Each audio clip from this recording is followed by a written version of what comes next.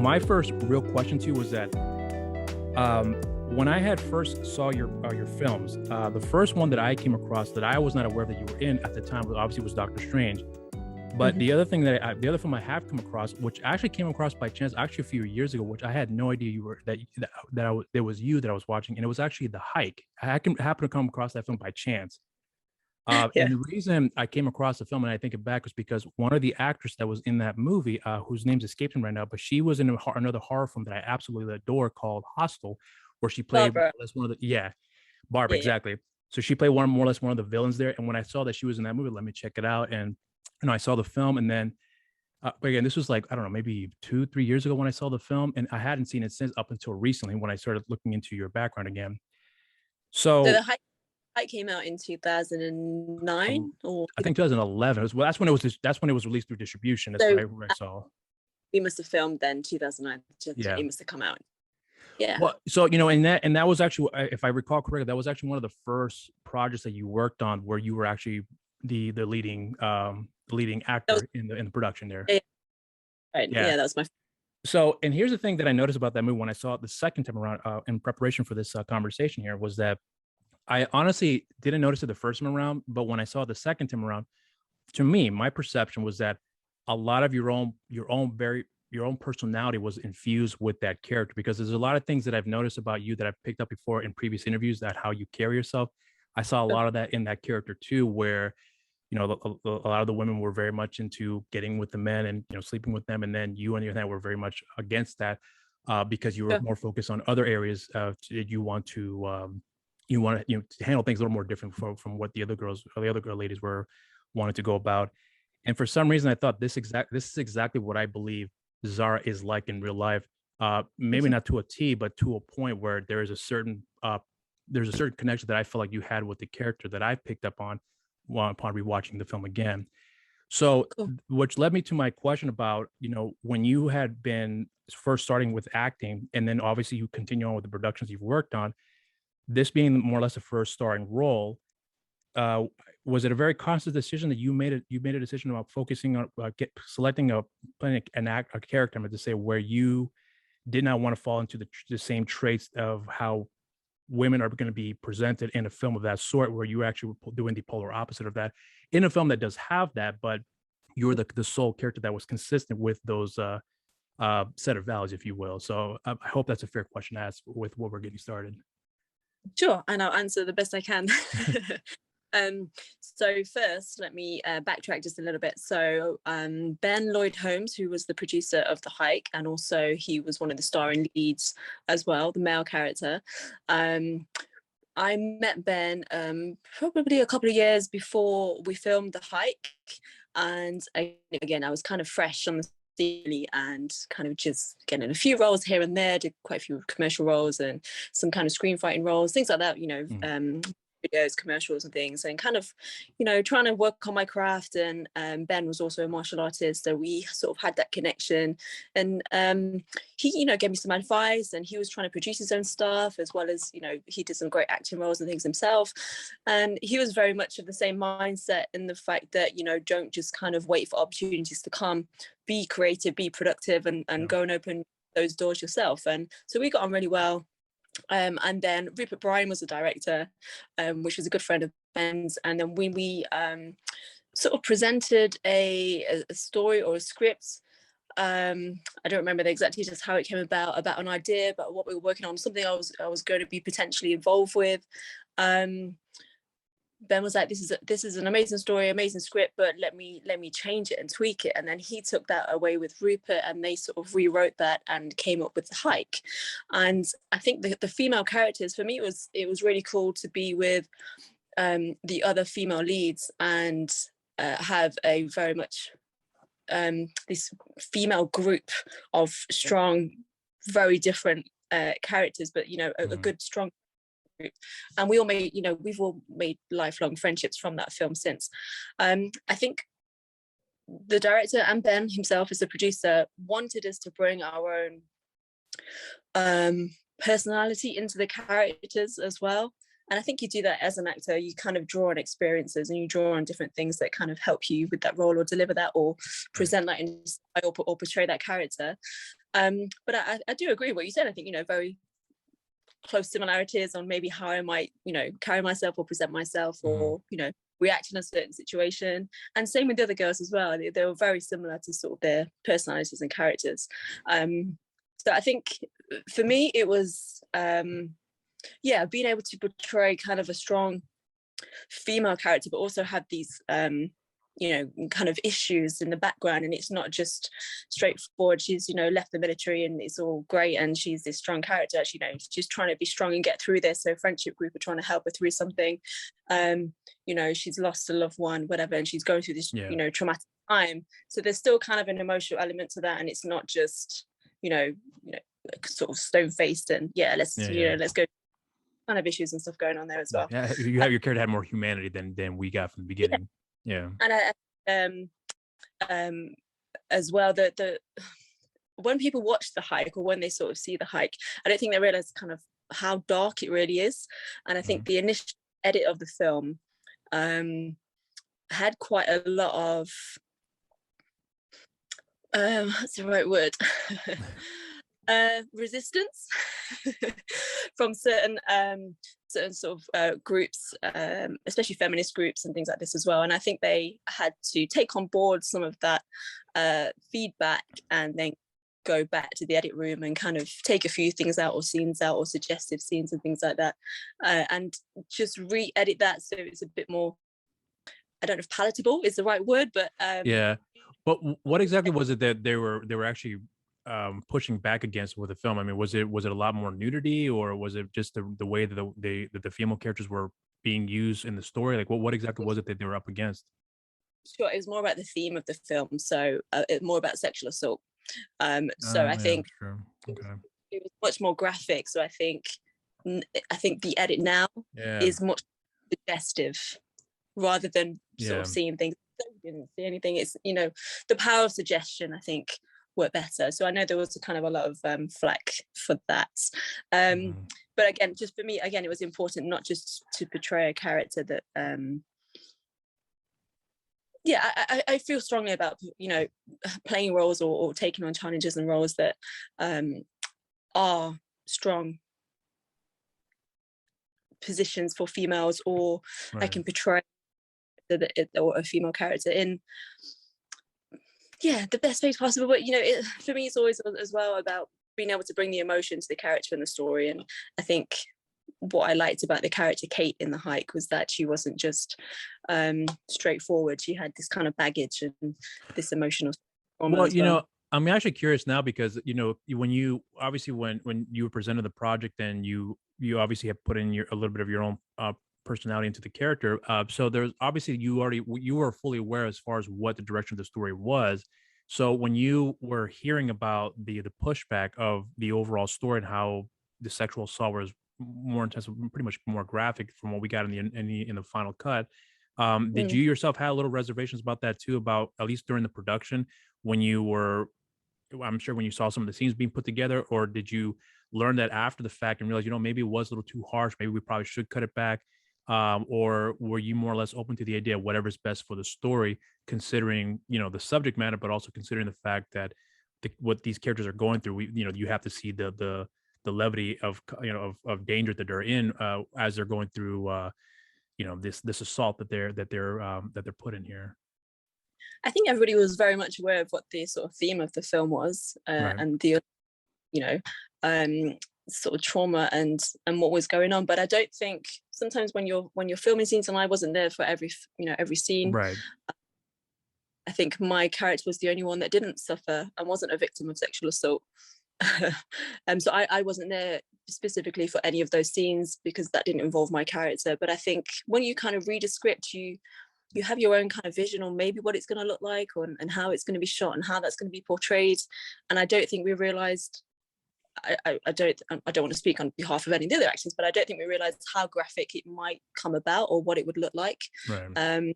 We did have a cast and crew screening before the release, and I think it was at that time when the decision was made, okay, let's bring this back a little bit. But I think it was quite shocking, and it was quite horrific. And I think I think it's a very sensitive area because Yeah. you have to be careful and sensible about the way those types of scenes are portrayed and shown. So I think it was the right decision to kind of Okay. make them less graphic and more suggestive, I think. So for your own personal take on it, you actually think it worked best having the suggestion of the amount of assault that's being that the women were going through, as opposed to just flat out showing it in full view. You were actually up in favor of that. Were you in favor of that from the Yeah, beginning, or were you just more in favor as you learned along the way about what the pushback was?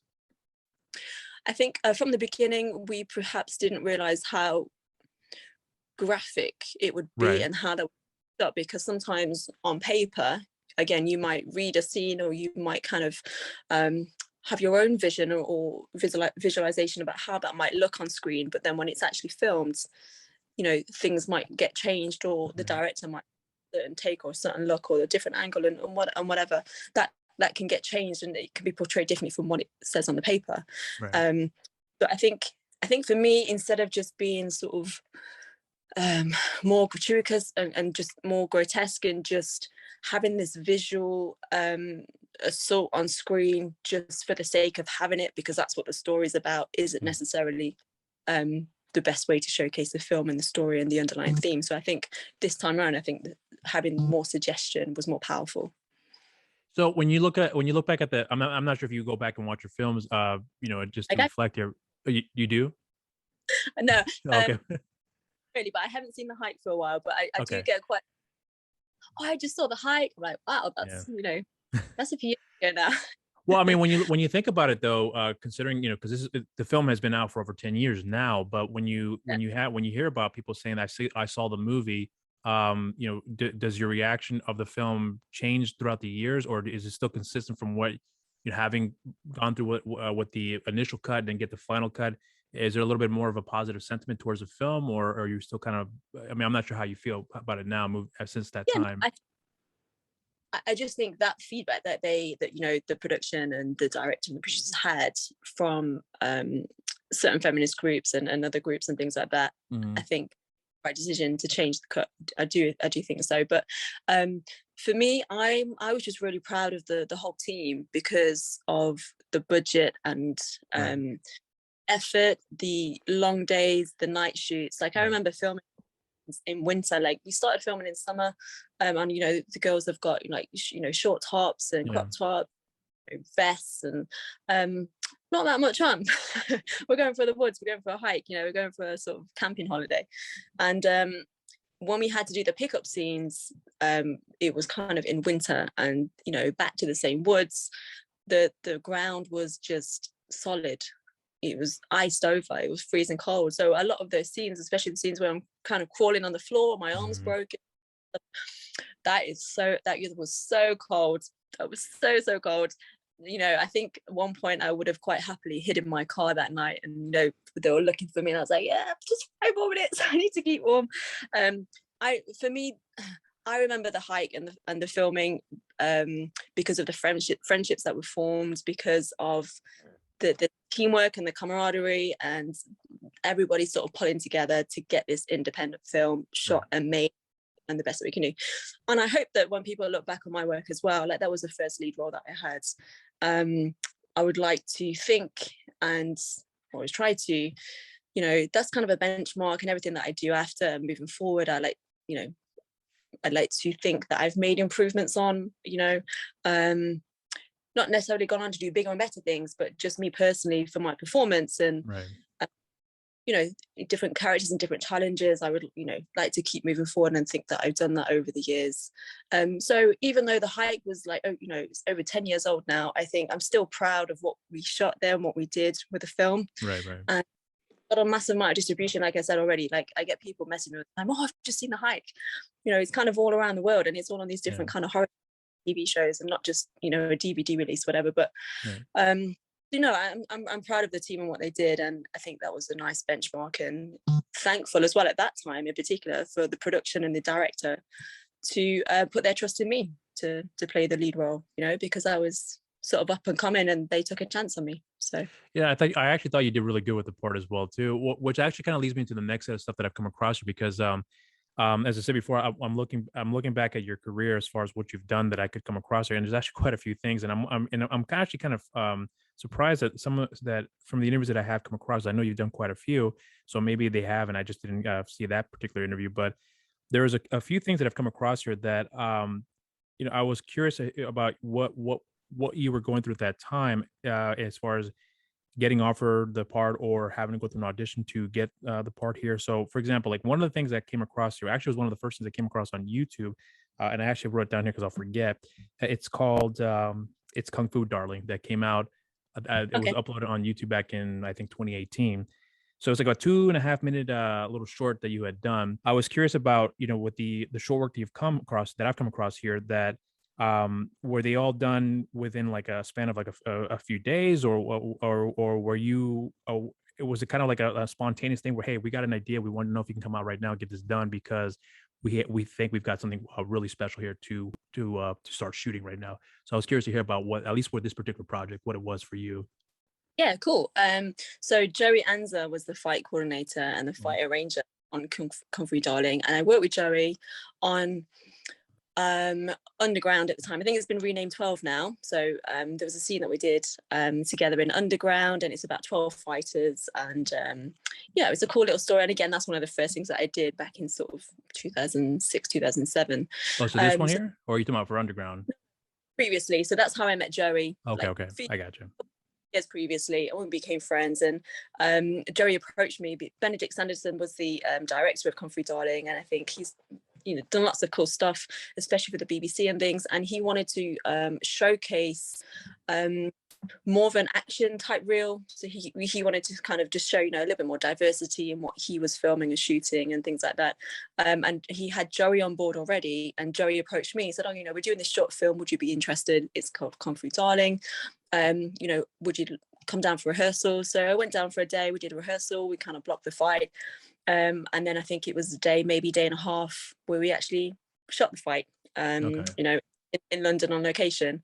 And yeah, it was just a bit of fun, short film. And I think when it was released, it kind of went viral. It had over a million views on YouTube, and did really well. And again, it was I don't think there was any expectation of how well that was going to do. Right. Or but it's just, for me, it was a bit of fun. It was getting to do some action, some cool fight scenes, and work with Joey again, make some new friends in the industry that have now gone on to either be full-time stunt performers or actors. And I met Katrina on Kung Fu Darling as well. She was Joey's assistant, and then we worked together in Doctor Strange. So Okay. Katrina played blonde Zealot in Doctor Strange, so we made a cool friendship there as well.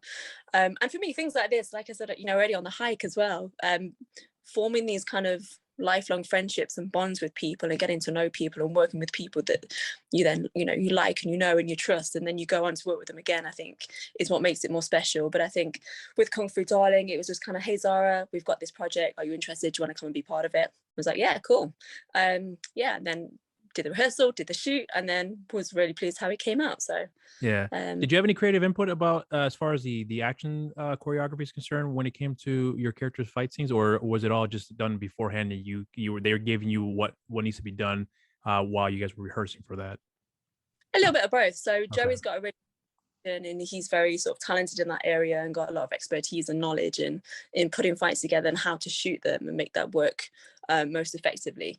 But he was very accommodating. Like, Zara, if you've got any input, if you want to do this or tweak this, or how does this feel?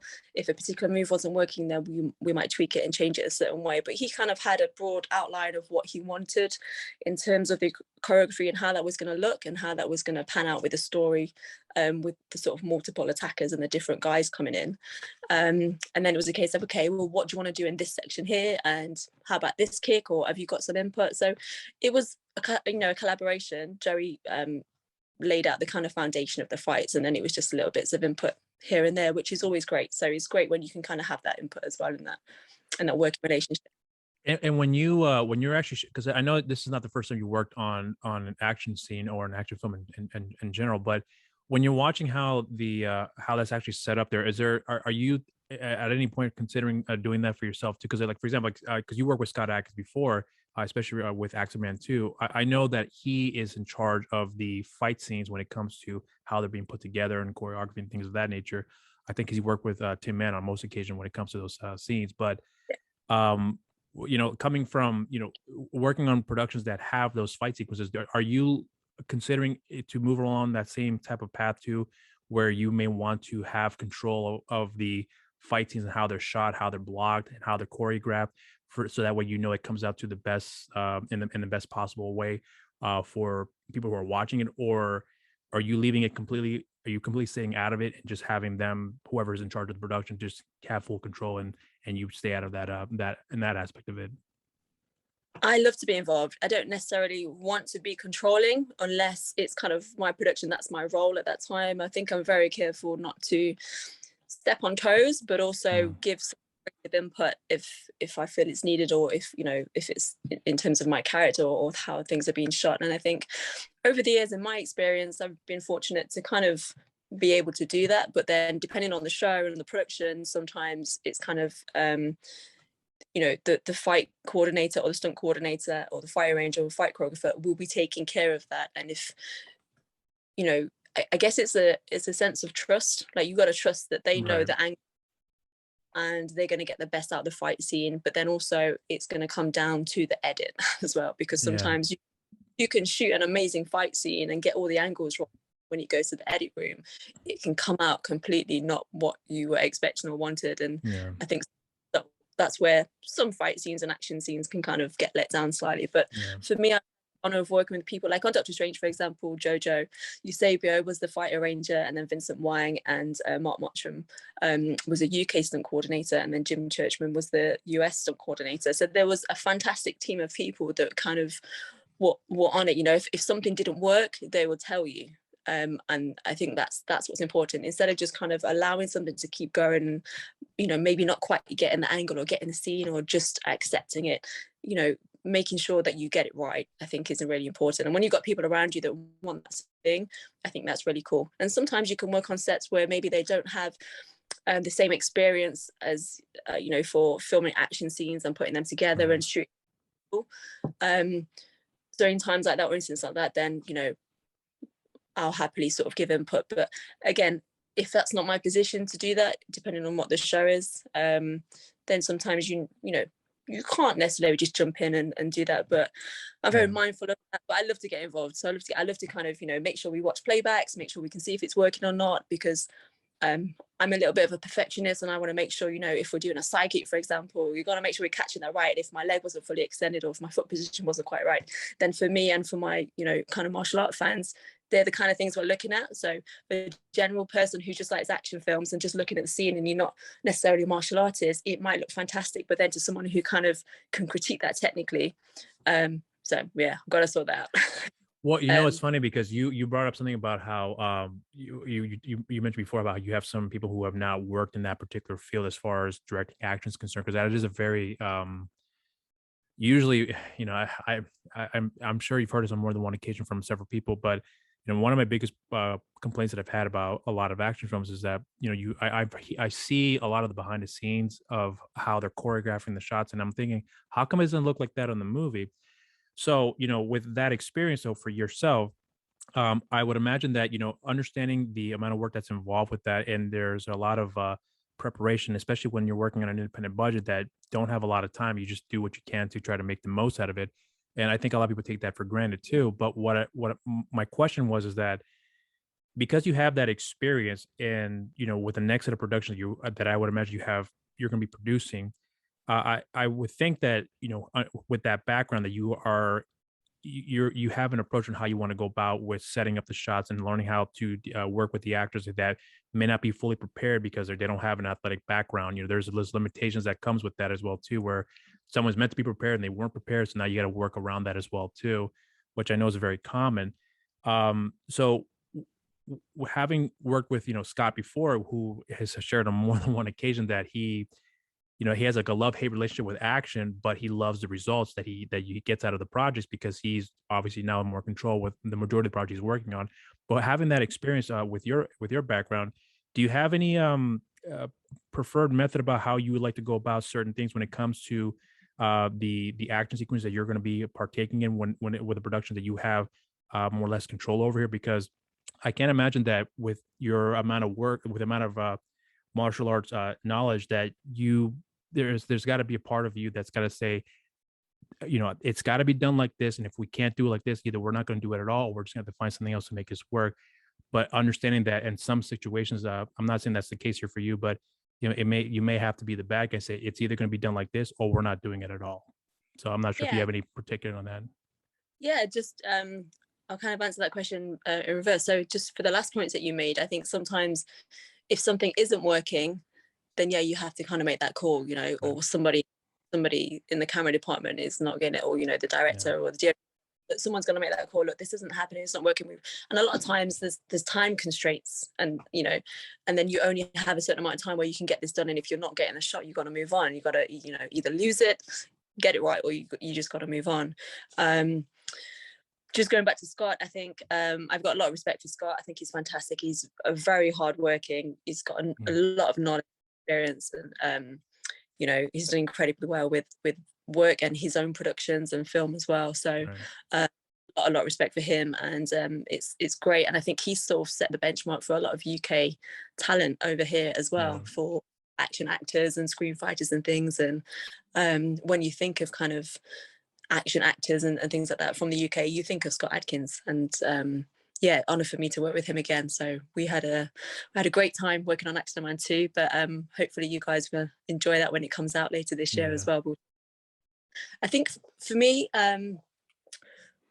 more and more production now, even independent productions and maybe lower budget productions, because the big studios do this, is a lot of people now are working on like a pre-visual concept of what be, which I think, especially for lower budget productions, really helps, because then everybody gets that, the previous, it gets sent to all the different departments in the film, and then everybody kind of knows what's going on. They kind of already, especially if you're kind of short on time, and there's other constraints in place, you've got that sort of reference to work from and do, so what shots are going to be done, what works, because it already got filmed in the rehearsal, in the previs.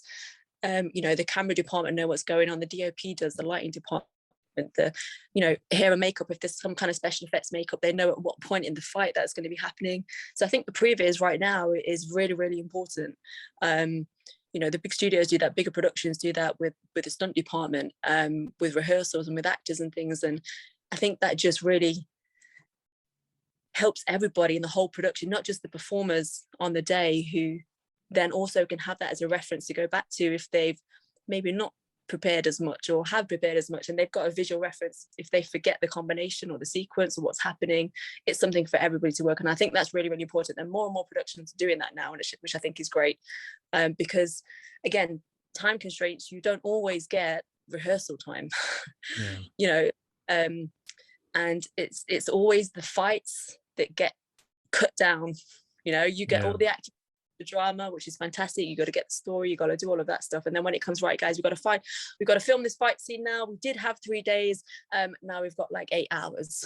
So that's it's always action that gets cut down, and less time, and then the fight scene has to be cut down, and sometimes you do have to lose parts of that because there's just no time to shoot it, and to shoot it well as well. So I think that really depends on the budget and stuff, but I think if something isn't working, you have to make that decision. Look, we've got to move on, or we've got to change this, and I think sometimes having that confidence to be able to say that, I think is important.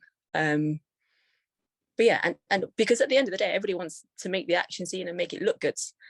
So I think that's important. But yeah, that's happened where things have maybe not been working. And I think when you're working with different people, if you're working with people with experience who have done action scenes before, or have that athletic ability, or able to kind of do take after take after take with the same energy, and not move, and losing the focus and getting tired, I think it makes a big difference. So if you're working with actors or other performers who don't have that experience, then you've kind of got to take that into consideration as well. But I think you've done the rehearsal and you've done the previs beforehand, that helps everybody on the day, when you there's another thing too, and I hope you don't mind me bringing up Scott again, because a lot of the things that I'm remembering here are really, I've learned a lot about what Scott had said about making action films in general. But one thing I didn't realize, and I'm sure you understand this here too, is that when you're shooting for 12, 13 hours out of a day, and you are having to shoot a fight sequence.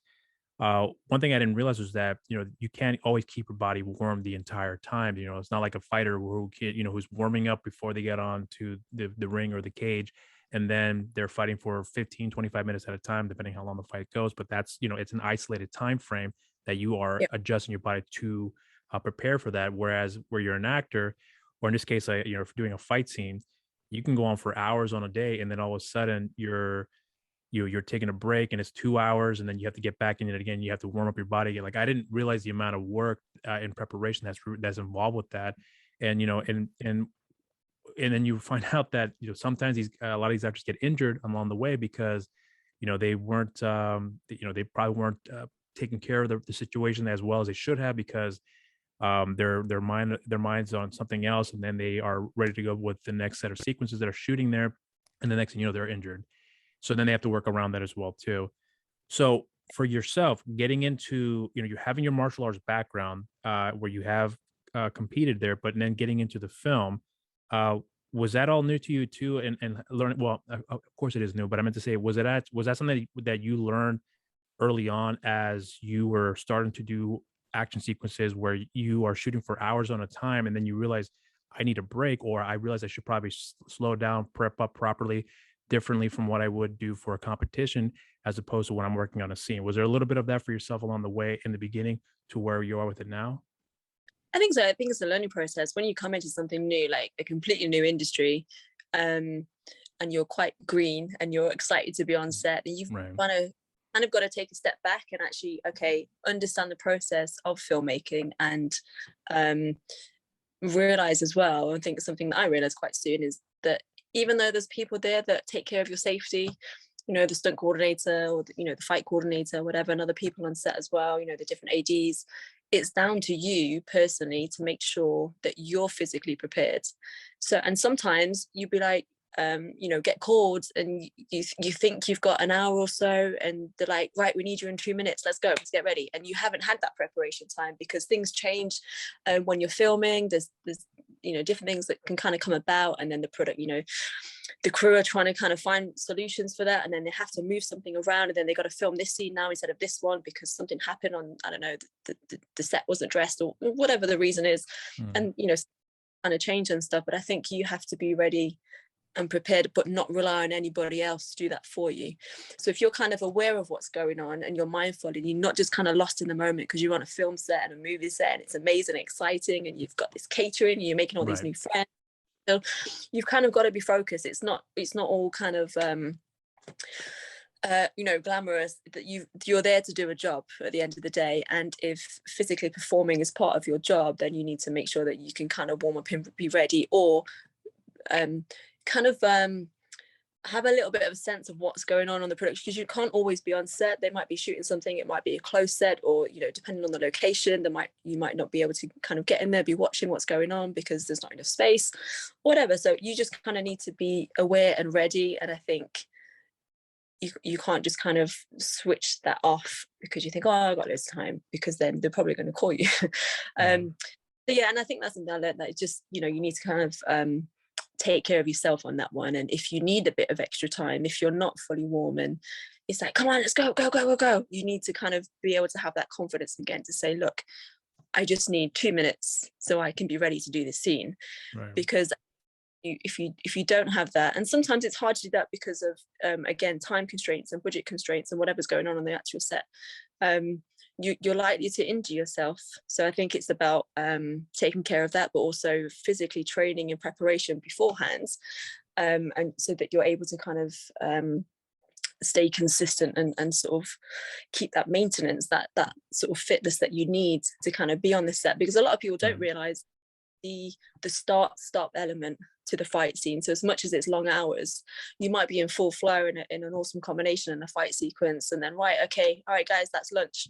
So now you've got to go take your lunch, and then something else happens, so now we've got to come straight back into that same energy and that same passion and that same, and you kind of got to pick that up again. And or sometimes it is just take after take, next, move on, or you're doing a long sequence. and yeah, you just got to be physically prepared for that. A lot of people that I've met that are kind of just starting out in kind of stunts or screen fighting or action scenes don't necessarily realize how relentless that is. And they think, yeah, you're going to do a fight scene, it's going to be a couple of hours. It is Yeah. much more than that. Yeah. It's different angles, it's doing the same thing again, it's whatever the fall or the scene or the action is, getting hit and getting back up and taking that same hit and same performance, and take 10, 12, whatever, it needs to be just as good as take one. So and I think that's a little bit of a wake-up call for a lot of people, and something that I kind of picked up on straight away, or as early as I could, to kind of make sure that I was physically and mentally prepared to be called on as and when I was needed to kind of be ready. But also that's my responsibility as well, to make sure that I'm ready.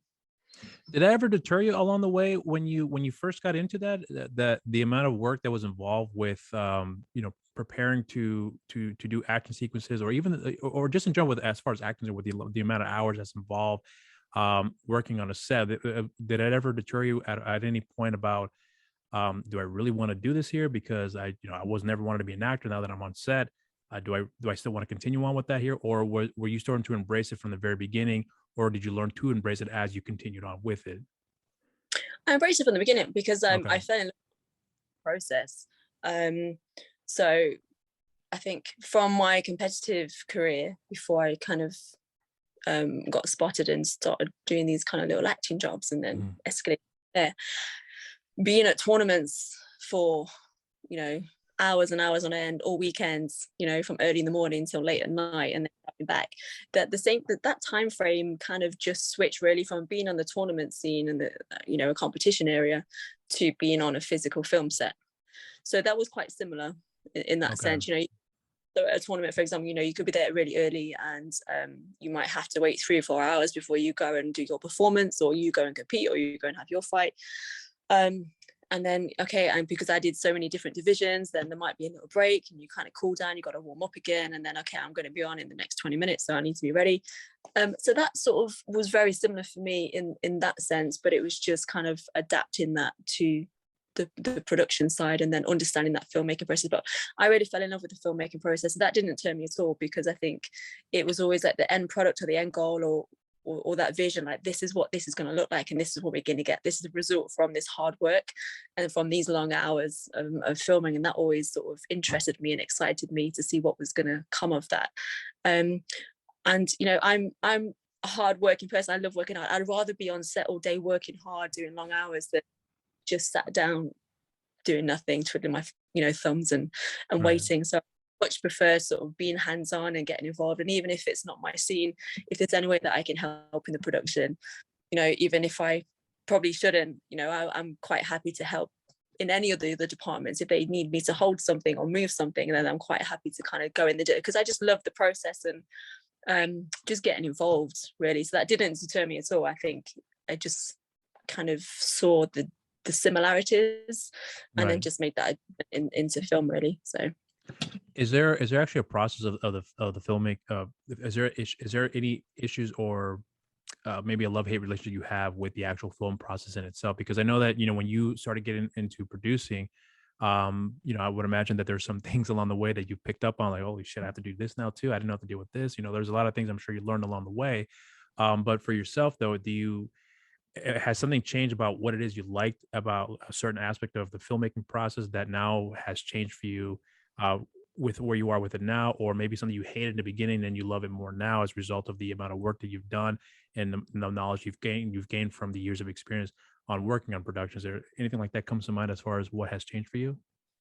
I think just working as a producer and trying to, get my own projects off the ground and work on those. I think I have more appreciation and respect for different departments and independent production companies and people that have to do that organizational part and that preparation part, because I think I realized how hard that was. So I think I have more appreciation and respect for the people that do that a lot, because even on just the small things that I've done as a producer, I think it's problem solving all the time. And depending on the budget, I think, finding that finance and the investment and things like that is one of the hardest things. Once you've got that and you've got the green light, then, finding the locations, finding the right crew, making, wardrobe, hair, special effects. There's so many different departments that it's not just kind of one thing that you have to do. It's not like just scheduling and finding a location. That there's so many other things that you kind of are responsible for and making sure that happen. So yeah, I think for me, collaborating with people was on the projects that we did was fantastic. But I just have much more appreciation, understanding about how hard that is and what that takes. I And kind I of want to see think, you get overwhelmed just explaining that there. yeah, going through, like, I remember everything Yeah. that I had to Yeah. do and wear all these hats. But I think it's made me love the filmmaking process even more, because I have a better understanding of what it takes to make a film. Mhm. And it's not necessarily the production side, because I love sort of organizing things, and I love to kind of like, being able to schedule things and put things in place. And I think that helped me prepare more for different roles if I'm sort of producing and acting in the same thing. Just that organization and preparation, I think I really enjoyed. But just even if it's watching, the camera team and the camera crew and the camera operators or the DOP, and how that works, and understanding different lenses and different shots and why they're doing that, and how they're, the language that they use and things. I think Right. the more you're on set and the more you're exposed to that, the more knowledge you're picking up and more confidence. And I think that can only help you when you're in front of the camera as well. So I just love the whole process. I think if anything, I think I enjoy it even more. I just have a much more, a greater appreciation for that and the work that goes into it. As far as the business aspect is concerned, with regards to, because since you're producing, obviously you're involved with the deliveries and learning about that side of the business Right. too. That's Yeah, so that's why I was leading to that, because that's the one, because I've talked just before with there's two different people I spoke with about this in the past, Brett Bentman and Catherine Lee McEwen, because they've worked with having to do the distribution and making deliveries, and I didn't realize the amount of work that was involved with that, especially if you're someone who's doing it for the very first time. That's a huge wake up call about you have to, is the music that you're using original? Okay, prove it. All right, now who else is in the film? Like, get their names. Right, that's incorrect. We got to get this added correct. So I didn't realize the amount of work that was involved, because obviously with studios, all that stuff is already sorted out, because they have all the respective departments that do that for them, because they've already have that establishment. Indie films, on the other hand, this is the part about the business that I always am curious about from someone who's getting into it, how they are, what their experience is like, because it's different for everybody, but for the most part, the process is still the same. But for you, I mean, just your reaction alone gave me an idea of, like, how difficult it really was. Because Catherine was telling me the other time where she was like, she said that, it took like 6 months, and she just thought, I'm never going to get this done, because the trailer that we're using, we can't use it at all, because we didn't get approval for this or that, or whatever the case may be. And I was like, you had to get approval for the trailer too. I thought they were the ones that putting it for you. Like, no, it's not. I mean, I was just blown away. So, and I don't mean go off on a tangent with you, but I mean, on your experience with that stuff, like, what was that for you that was really like the wake up call? Like, okay, this is, not what I expected. Yeah, I can relate to Catherine a lot. There is a lot to do, and again, doing that for the first time, it's kind of mind blowing, really, and just Yeah. not having knowledge and know where to go. And if I'd have known that at the start, if I'd known what the deliverables were and what was required from the start, and I think a lot of independent film producers and makers might agree with this. If I'd known that right from the beginning, maybe we would have looked at things differently, or prepared things differently, or Yeah. paperwork differently, or being more mindful. Like, we filmed a scene in Tribal, and there was a few photos of, there were some like tribe photos on the wall in one of these Oh scenes. yeah, I saw that. Yeah, I know what you're talking about. They're all like copyright free. There was no kind of royalties and whatever. We just had to prove that we could use these images. Yeah. And just finding the the right insurance and making sure you can tick all these boxes, and they'll go through everything. And then we had solicitors and things kind of looking through the whole film and going, well, you need this permission, and have you got this, and this person needs to sign this, and you haven't thought about this. And even stock footage and things like that, even though we bought that and we had the permission for it, it's kind of like, yeah, but did you have the commercial permission for it? Are you using that? Is that the director's personal account? Is he using that for him? Like, you needed to have like this type of account to use that footage. But now it was kind of like, I didn't know this. Yeah.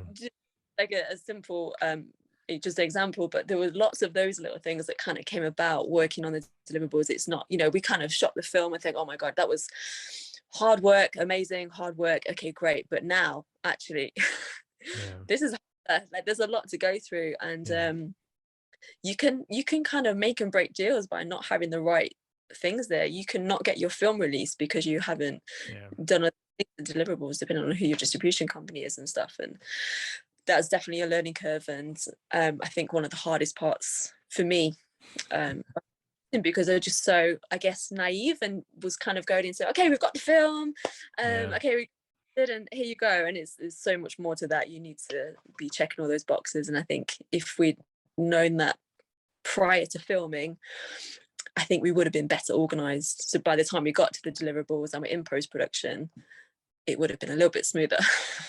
But did that process for you though, when you're going through that though, are you, because here's the thing, because I always fail to ask this in the previous interviews that I've had, but for you though, when you're going through that, are you thinking about, well, I'm trying to see what's the best way I can answer, because I'm not make it too convoluted, but when you're preparing for having deliveries sent out, everything's get done. Then once you get that approval of, okay, everything is good right now. To me, and you let me know if I'm wrong. To me, I feel like that's not the final stamp of like, okay, you're good now, everything's released. I think there's actually a lot more involved with that. Once you get that finalized approval for everything, now you still have to get the film out, and that's where the distribution comes in to say, okay, so we're going to release it. And now I'm not sure what the negotiation process, I know it varies when it comes to the films, but for yourself, at least with your experience, when you are talking with the distribution companies, okay, are they in charge of where the project or where the film's gonna be released, or do you have a say in the matter? Is that part of the contract that you guys negotiate ahead of time, or is that something that's worked on as you go along the way? I think that's going to depend on who your distribution company is. So Okay. I can only speak from my experience so far. So we acquired the distribution company, and then they gave us a list of deliverables that were required for Tribal, for example. And they knew that, I and we and my team and Thomas and Vic this is our first production. Like, we're very new to this. We haven't got a clue about these deliverables and what we need to do and things like that. So they were great, because if there was an issue, I'm like, look, I don't understand this. Like, what is it that you need from me? Or I've sent what I think is correct, but then they've come back to me going, no, Zara, this is not what we need. This is what we need. And they were quite willing to kind of help me on that side a little bit, and have a bit of patience with me as well, which I appreciate a lot. But then when they're selling to different territories, if there's a sale that comes through and different territories interested or buyers interested, I think they've generally sort of come to us and say, look, this person's interested, or this company is interested, or this territory is interested, just giving you a heads up. This is what he's going for. So they were very much in communication with us in that sense about where it's getting sold to. But I think their job is basically to get the film out there, and then, to do the sales and go to wherever they need to go to make those connections. Or if they've already got previous connections, even better, to go to those guys and say, look, we've got this film, are you interested? But I think what I found even more interesting is, even though I felt like, yeah, we've done everything now, okay, hopefully we can just see our film get released. Is that actually this territory needs something different, because they need this, or actually the territory didn't need this information, but America needs this now in addition to what you have here. And like, well, we already gave you all the stuff. Yeah, but okay. And then sometimes it's like, well, I gave you all the stuff, we've uploaded everything, we've done everything we want, but then if it doesn't get checked, because I've sort of said, yeah, it's all done, and then come back later and be like, oh, you haven't done that, we haven't received this information, or we haven't got this piece of whatever. It's like, why didn't you say so? But then that's not their job to then kind of go and comb everything and just check that absolutely everything is fine. But then that was my frustration, because I was like, but you knew I didn't know this. Why didn't you tell me?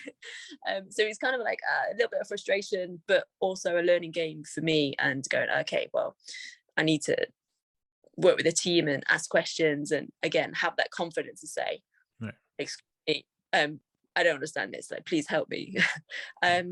Because I think people, are willing to do that, and are supportive, and have that understanding and appreciation that, okay, it's your first time, you're trying to get this out. But I think when you work with companies and then you get that experience, you go, okay, I know for next time, this is what I need to have in place, or this is what this abbreviation means. You might have interpreted something different. I think just having that understanding, I think it's just a whole new ball game, and just so much harder than I anticipated. But I did enjoy, looking back, I did enjoy that, and sometimes those stressful moments kind of make things happen, and you have to do it. You haven't got a choice, because if I don't get this information or whatever they need, these files to them in time, then we're not going to sell the film, because they've got a deadline, and we've got to find where this information is, and something might be missing, or some kind of work or whatever. And it's stressful at times, but in the long run, worth it. And I think for me, I can only do better. Right. Well, I mean, so having that experience now, going forward with the next set of projects you're working on that you are involved with, is it do you guys have a system set up about, okay, so now that we've had this experience, moving forward with this one, we know to check off this box, that box, that box. We have to hold off on this one, but we know we're looking to this, and because we're going to be still working with the same distribution company, so we know exactly what they're going to be looking for. And because it's going to be released in this market and that market, we know that we have to consider this, and that in preparation for the release, in case we have to chop something out or add something back in, whatever the case may be. Is that a little more? Are you guys a little more prepared in that respect, and looking at to be done more smoothly, or is it all up in the air as far as each film, and it's all virtually different every single time? No, I think you're right there. So even if it's not necessarily exactly the same production company, I think most of the distribution companies are similar. Okay. There are, I believe, some distribution companies where their deliverables list is like relentless, and it's so vast. You need just little things, you need it. And then I've seen other distribution company deals where it's kind of minimal. So I guess that depends. So, but if you're organized and you've got all of this info, even if you only need to submit a certain amount of that, and you don't need everything, if you have everything and you've done everything, then you're in a better position, surely, not being prepared and then not being able to kind of deliver on those things. Because again, not being able to give those deliverables to the distribution company means your film's not going to get sold to that territory, and it can, the contracts can be null and void then. So, and we don't want that to happen. But I think definitely having that understanding of what is going to be required at the end of filming is definitely going to help us in preparation and organization, because then even when we're filming on the day, we can be thinking about things like if we've got pictures on the wall, or copyright, or what music's being used, or make sure there's, or brands, and just simple things that, when you think about it, of course it's common sense, but at the time you get in the excitement, and you're getting into the filmmaking and that filmmaking process, and the camera's rolling and the actors are doing a great job, and you've got this amazing action scene. You're not thinking about these little things later down the line at that particular time, because you're lost in the moment, or you're in there. So I think having that, as part of the pre-production stuff is really important, and I think will definitely help us moving forward. So this leads me to the other thing. There's too, that when you're working on a production that you're working with another actor, producer, or whoever the case, or someone who's working on the film with you, if they come up to you and say, I'm thinking about doing my own film as well too, I like what we've done here so far, I want to go off and do my own thing, I have an idea what I want to go about, you as a producer and the actor on the project, do you feel compelled to tell them, okay, if you're going to do this here, make sure you make a good film, but you have to think about these other things too? Or are you in a position where you think, let them figure it out along the way as they go with this, with their journey in the filmmaking process for themselves? I'm totally open to helping people. And if they want my advice and they want my experience because of what I've done and what I've had to do and what I've learned, and they want to listen to that, then great, I'm happy to talk and say, look, this is what happened, this is what we did. It might be different for you, but this or that. I think whenever I've filmed in America and worked on independent stuff in America, especially, I've always felt like there's more of a community there. Like one of the very first things that I did when I came over to the States and we filmed over there for like 6 weeks was crops, and it just felt like all these just independent filmmakers, and just had these kind of network meetings and would help each other out and pass information and go to these kind of film clubs and mini film festivals and showcase what they've done, and just kind of like a book club but for filmmakers. And I thought that was so cool. But over here you kind of don't really get that, or it's a little bit different, and maybe people are a little bit more hesitant to do that because they don't want you to know what they're doing and how they got that deal or how that happened and how that made it work.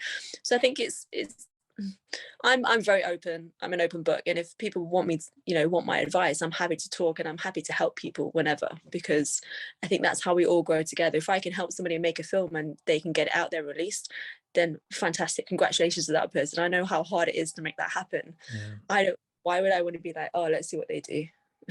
I'd rather be helping that person.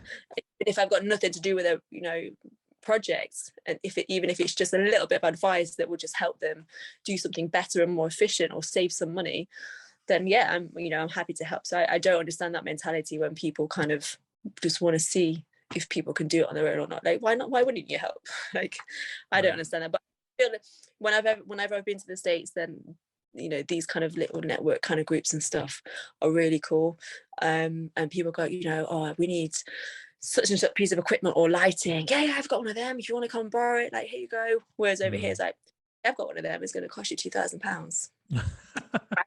Is it really like that, for at least for your experience, or is it like it's kind of like secluded in that, to that regard?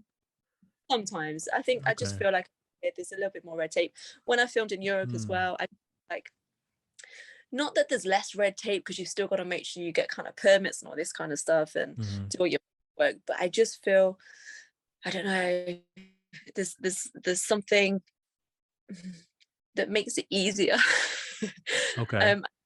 What that is, I think the British people sometimes love to see people fail, and I think that's kind of favorites and things, but I am against that, and I would love to help anybody. Like, if anybody wants my advice, and I hope people listen to your podcast and show, like, oh, okay, see what she's saying. Yeah, that's we went through all of this pain and hard work, and this is what I've learned from it. So if you want to take that, great, and if you don't, then that's cool as well. But I can only give you advice and my experience. Yeah, I just don't understand, why people don't want to help people. I'm baffled by that, but I'm happy to help. Let's help.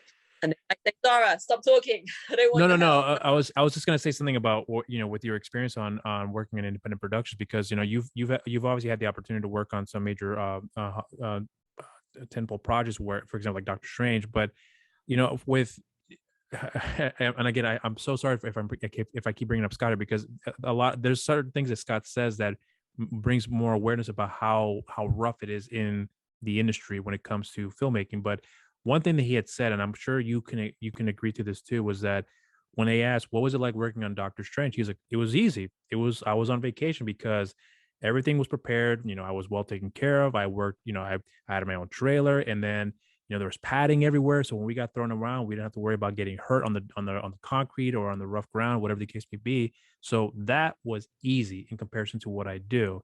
So, with you having that experience as well too, you're seeing that high level of production, and then you go and work on independent films, and Scott does this as well too. But for yourself though, when you're having that experience in the Hollywood scene, and then working on an independent scene, I'm always curious about how your perception may have changed from going from to a level of production here, and then going back to doing independent movies, where it's a lot more difficult, but seeing how difficult it also can be at that high level too. I don't want to say it like that, because I don't want to disregard any film productions, but when you're working at with a production that has a lot of backings, a lot of resources, and then you work on independent productions, what's the biggest takeaway that you've gotten from that experience on working on Doctor Strange and working on several other productions that you may have taken away from that, that may give you a different insight about how you approach things more differently when you may have started beforehand, when you first got into the industry? I think number one, I think it keeps you humble, because working on a Marvel production or Disney production or whatever studio production, when they've got the budget, it's incredible. You know, they do take care of you. I had a chauffeur-driven car, I had my own trailer, I got picked up, I was working with the stunt guys. I was lucky. I was kind of partly stunts, but also an actor. Right. So I got the best of both, because I got to train every day, but I also was treated like one of the actors. So, you know, for me, it was amazing. And it was, and the training days were hard and they were tough and they were long, but it was what I was, you know, I loved it, and it was fantastic. And, you know, just the catering and all these other things, and you really don't have to do anything. Someone will, you know, come to your trailer and tell you, yep, you're ready, let's go and take you, and you don't have to think about anything, because the production care of that, and someone is telling you where to be, where to go, what time to be there. Here's your sides, here's your lines. Okay, you've got an hour, you've got this. Okay, let's go to makeup. Here's your schedule. It's all done for you. You just got to go do your performance, put in the work. And you know, I really appreciate that, and I loved every moment of that. But then when you go back to a more, maybe a lower budget set or independent set, it is different. And I feel like it keeps you humble. And I think, for me, I love both for different reasons.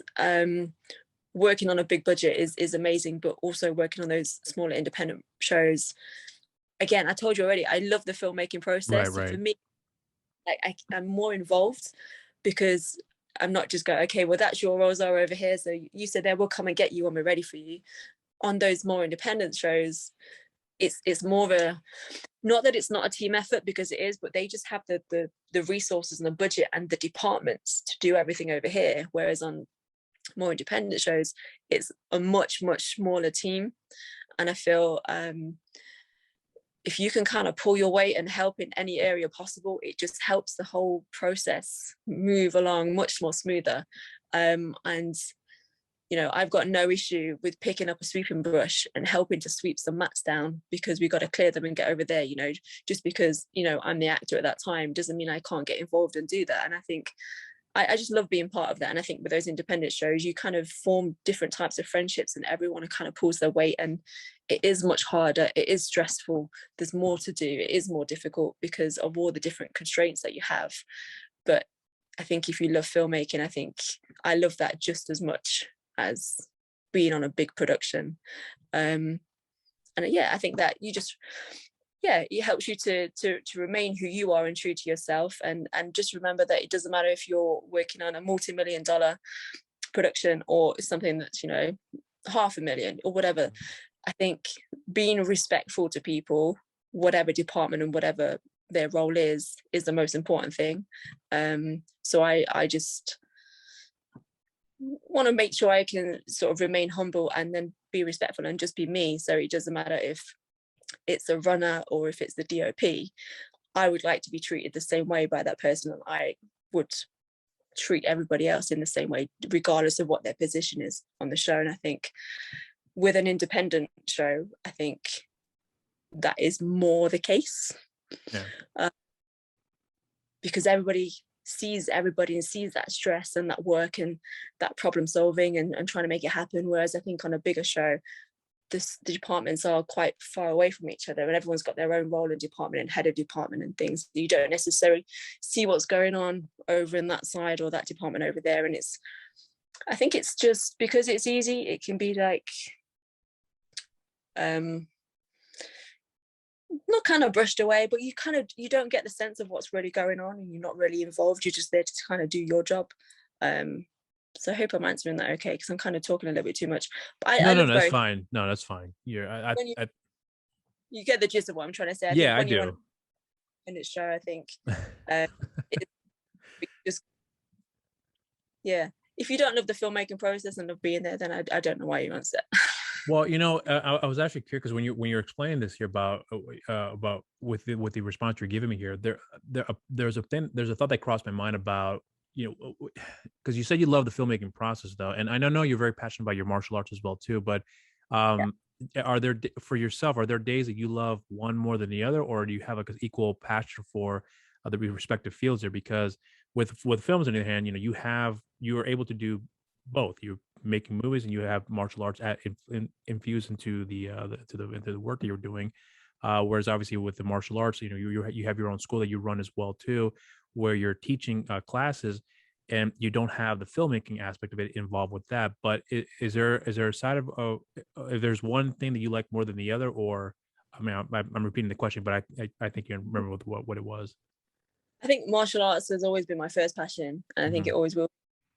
I think just from a very young age, I was just hooked into martial arts and love training, love learning, love the discipline and the structure and the lifestyle and all those life skills and life lessons that brings with it. And I think I've just used my martial arts training and sort of skill set and adapted that into the film industry and what I do here now for my career. So I think martial arts will always be a part of me, and again, always my number one passion, because that's my lifestyle. But I wouldn't say that I love one less than the other, because I just feel like they're different.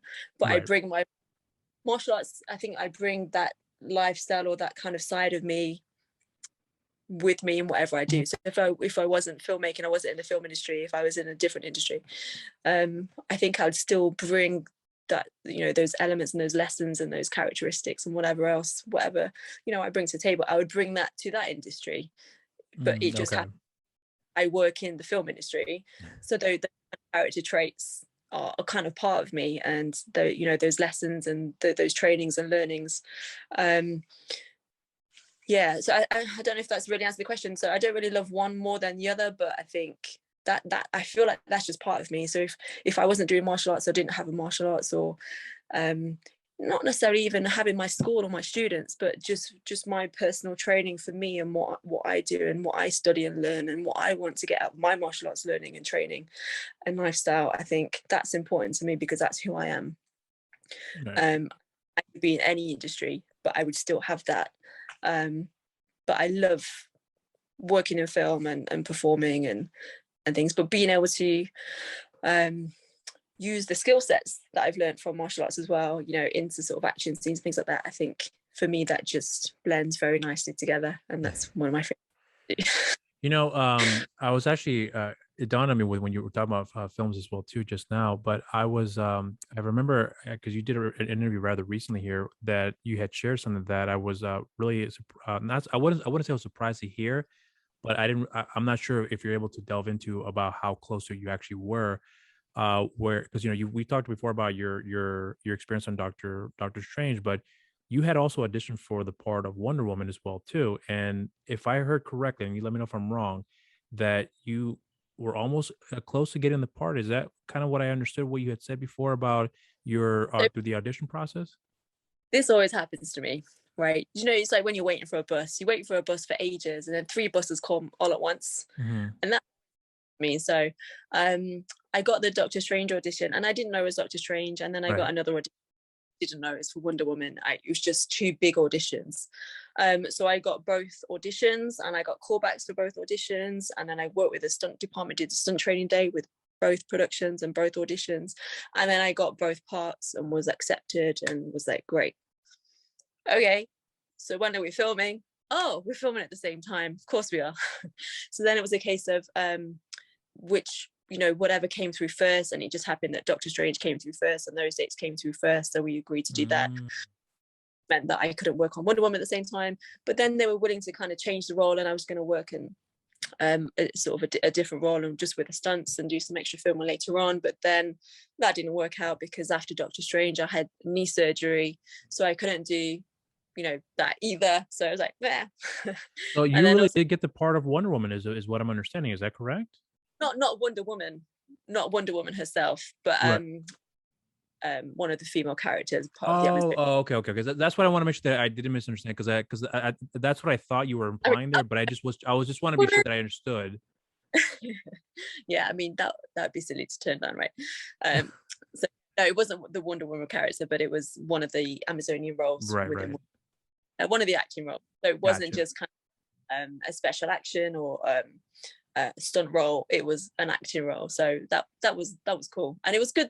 I think that gave me a little boost, and nice, a little bit of confidence that, okay, well, I've got these 2 auditions, great. It just happened that it didn't work out, and then there was another job at the same time, which would have been really cool, but I was already on Doctor Strange and then couldn't do that. But then just recently as well, I've just been working on an Amazon show. And then I get the call from 2 other big productions that are looking for me, or either they've got a role available. I'm like, I'm not available. Yeah.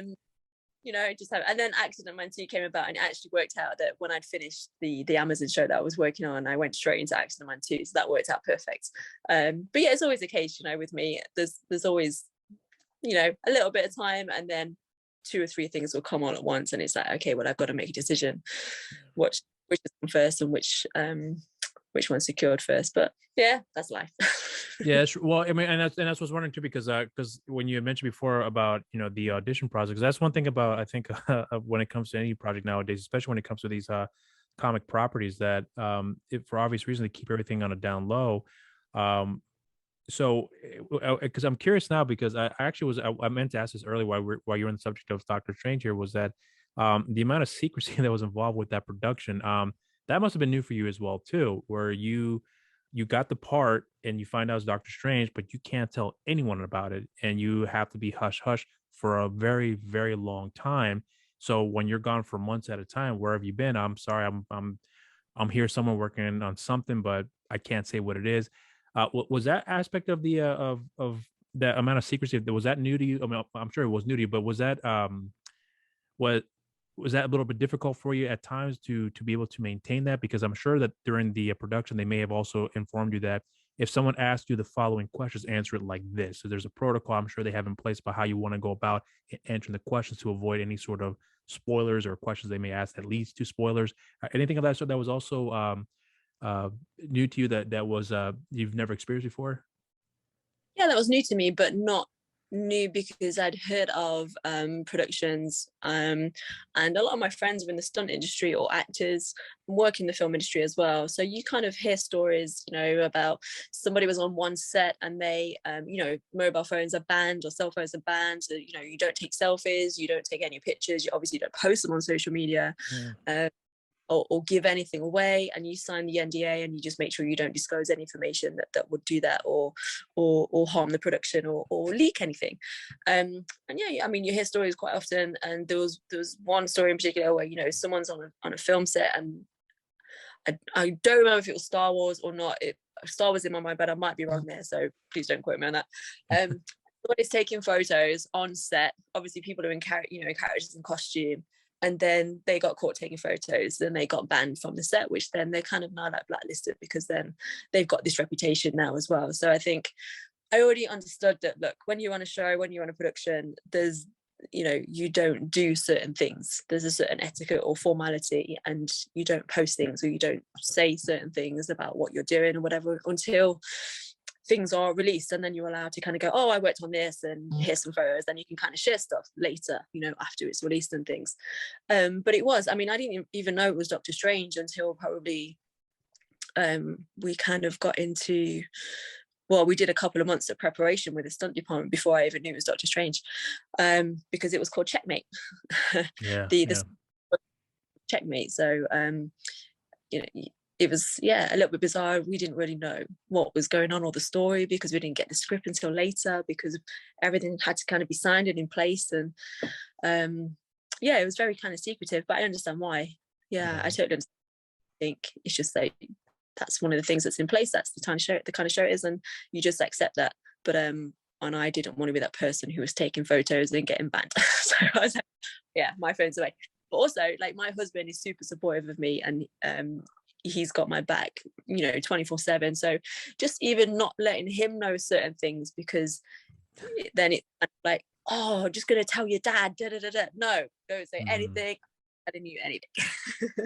Because it's even just something like that, just from home and being so close, he could just say something to my dad or a sister, or even one of my students or a parent or someone, a close friend, and they say, no, you can't say anything, because then that person might say something and that person might say something. So that you just have to keep strong. So how long did you actually have to keep everything on a hush hush when I'm assuming obviously when you first signed on, they obviously informed you, can't say what it is, but you're going to be working on this. And then once you get on the set, obviously you're aware of, just prior to starting the production, that you are working on Doctor Strange. But but for how long did you have to keep that that secret before you were able to converse on it? I don't remember exactly on Doctor Strange, but it was a while, definitely Yeah. a while, because I mean, definitely until we were sort of posted on IMDb, because when it's on IMDb and then they've listed you as a character and you're in Doctor Strange and this is your role, then kind of people know that.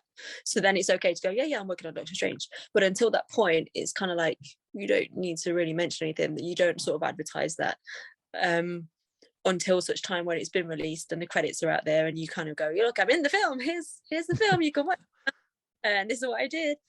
It's usually kind of, post-release.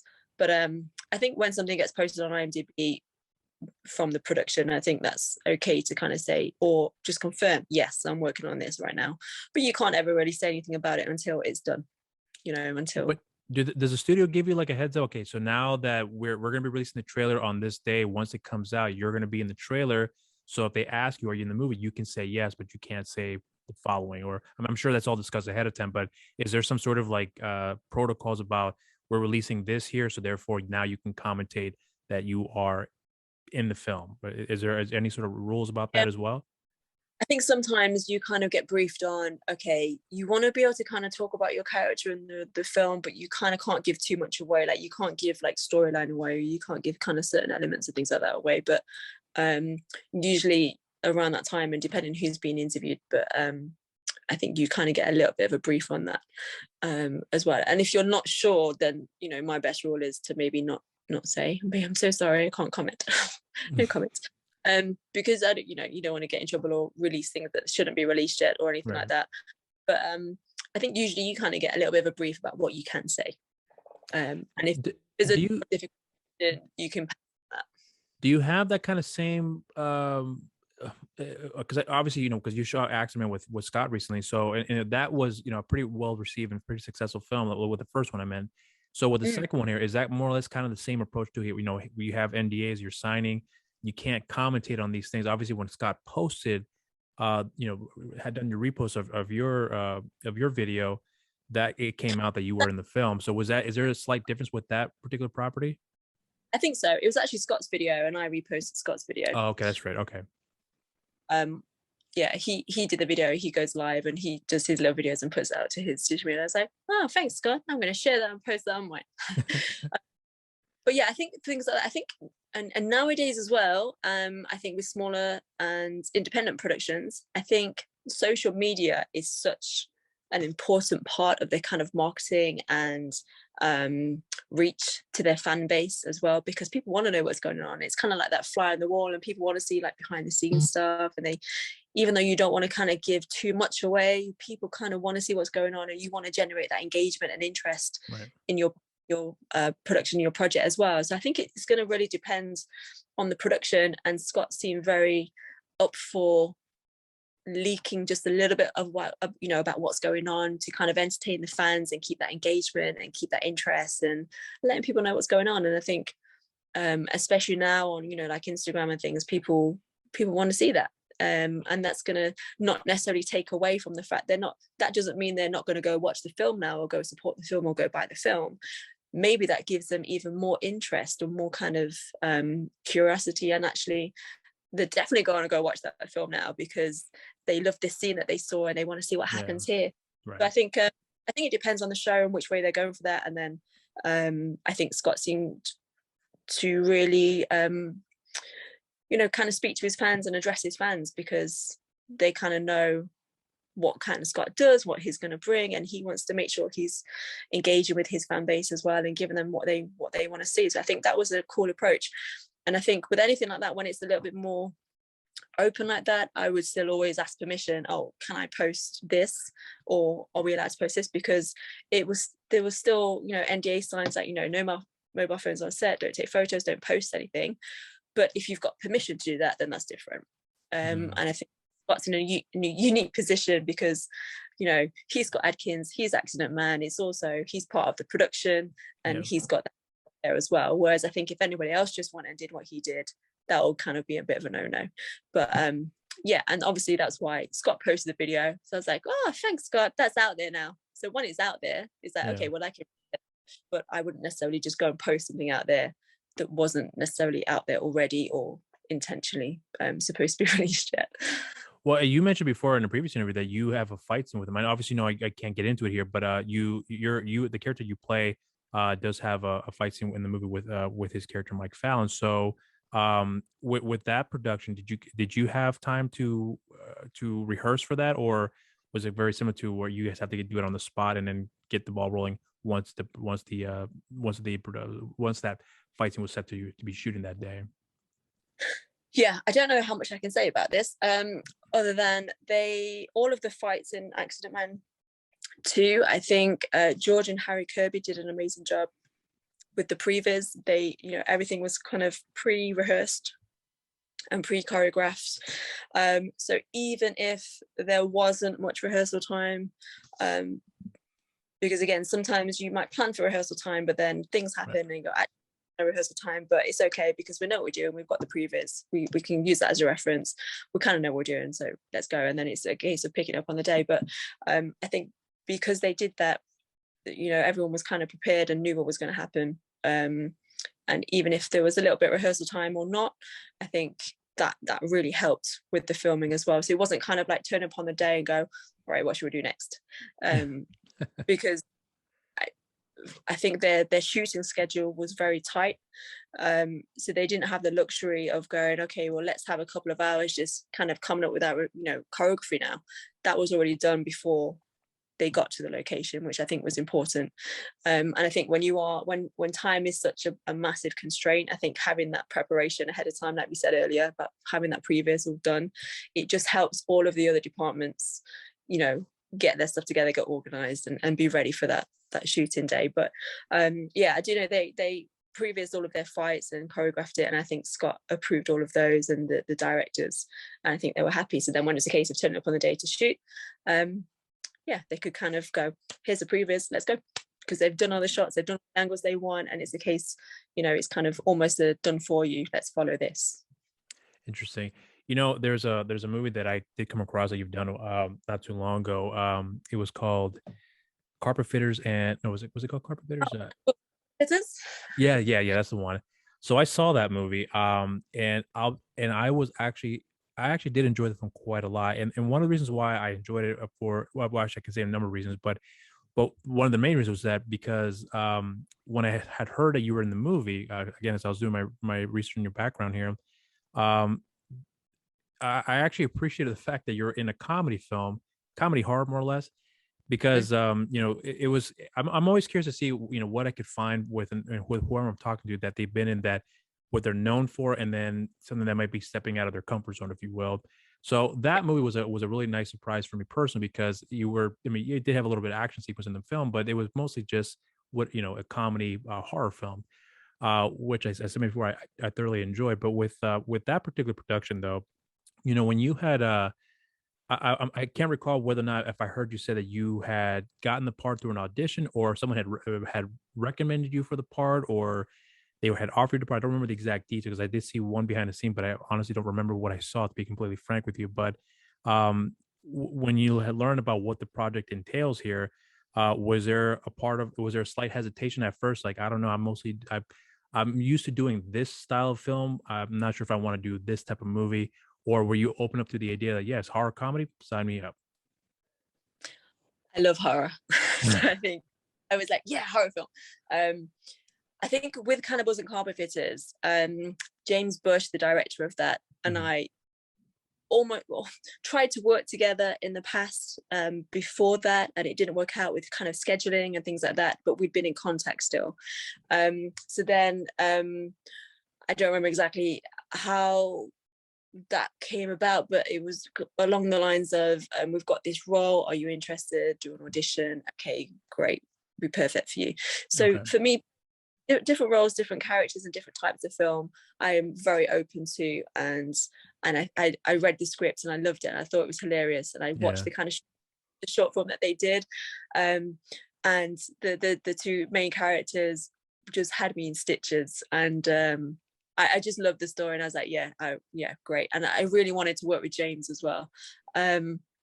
So I was like, great. But the funny thing is, actually, the first day of filming on that, it's not long after I had my knee surgery. So I rocked up to this carpet shop on crutches.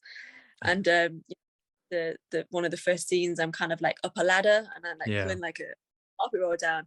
And I was like, don't know how I'm going to do this. Like, I can't even walk right now, but I'm going to like, you know, come up the ladder and down. So he was very appreciative and supportive and understanding of my position, that we'd tried to work together for so long. He'd offered me this role. It was accepted. I was so looking forward to working with him, and then rocked up and I couldn't walk. I was like, I'm so sorry. I've got my crutches. But we made it work. And then they just pushed, but he was again really accommodating for me, just pushed all of them, you know, more action scenes to the end of their schedule, to the end of their shoot. So he just allowed me more time to kind of walk again, my rehab and stuff, and then be able to kind of do those scenes. So that was really lovely. But for me, I thought the script was amazing and funny, and it had me stitches. When we went to the premiere, the cast and crew premiere, because I was only there for my scenes, I wasn't there for sort of the duration of the shoot. I was just in hysterics because I hadn't seen, even though I read the scripts, I hadn't seen the characters portray certain elements of the scene, and it was just kind of new to me and fresh to me, even though I kind of knew the story. And I was just, it just had me in stitches, and I was howling. And Vic was my partner, was just like, stop laughing, shh, everyone's looking at me. But the whole audience were kind of up in tears, and it was really great, and it was a fun project to be on as well. I enjoyed the film quite a lot, actually. And like I said before, when I saw the movie, I was genuinely surprised to see in the film, because you know it was nice to see you out of the genre that I have been accustomed to, that I've been coming across you as of late. But with that particular movie, to me, honestly, that was actually one of your best films that have come across here that you have done, because it was something that I appreciate that actors do when they're known for doing one thing and they do something else entirely different. It does show a different side of their acting capabilities, if you will. But you know, with that particular movie though, I'm curious to hear about your thoughts on it now. When you mentioned before, when you saw you found it to be hilarious.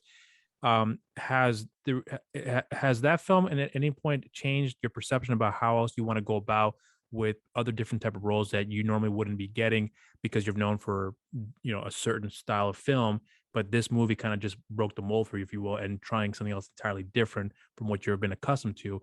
Anything like that changed for you along the way about how you would want to go about it a little more differently in that respect? I think I've always wanted to try new roles in different genres and different challenging roles as well. So it's not that I've ever just wanted to be known for a specific thing. I think we've all got our kind of niche and our strengths, and we all kind of can play diverse roles, but I think you have to know your limitations as well.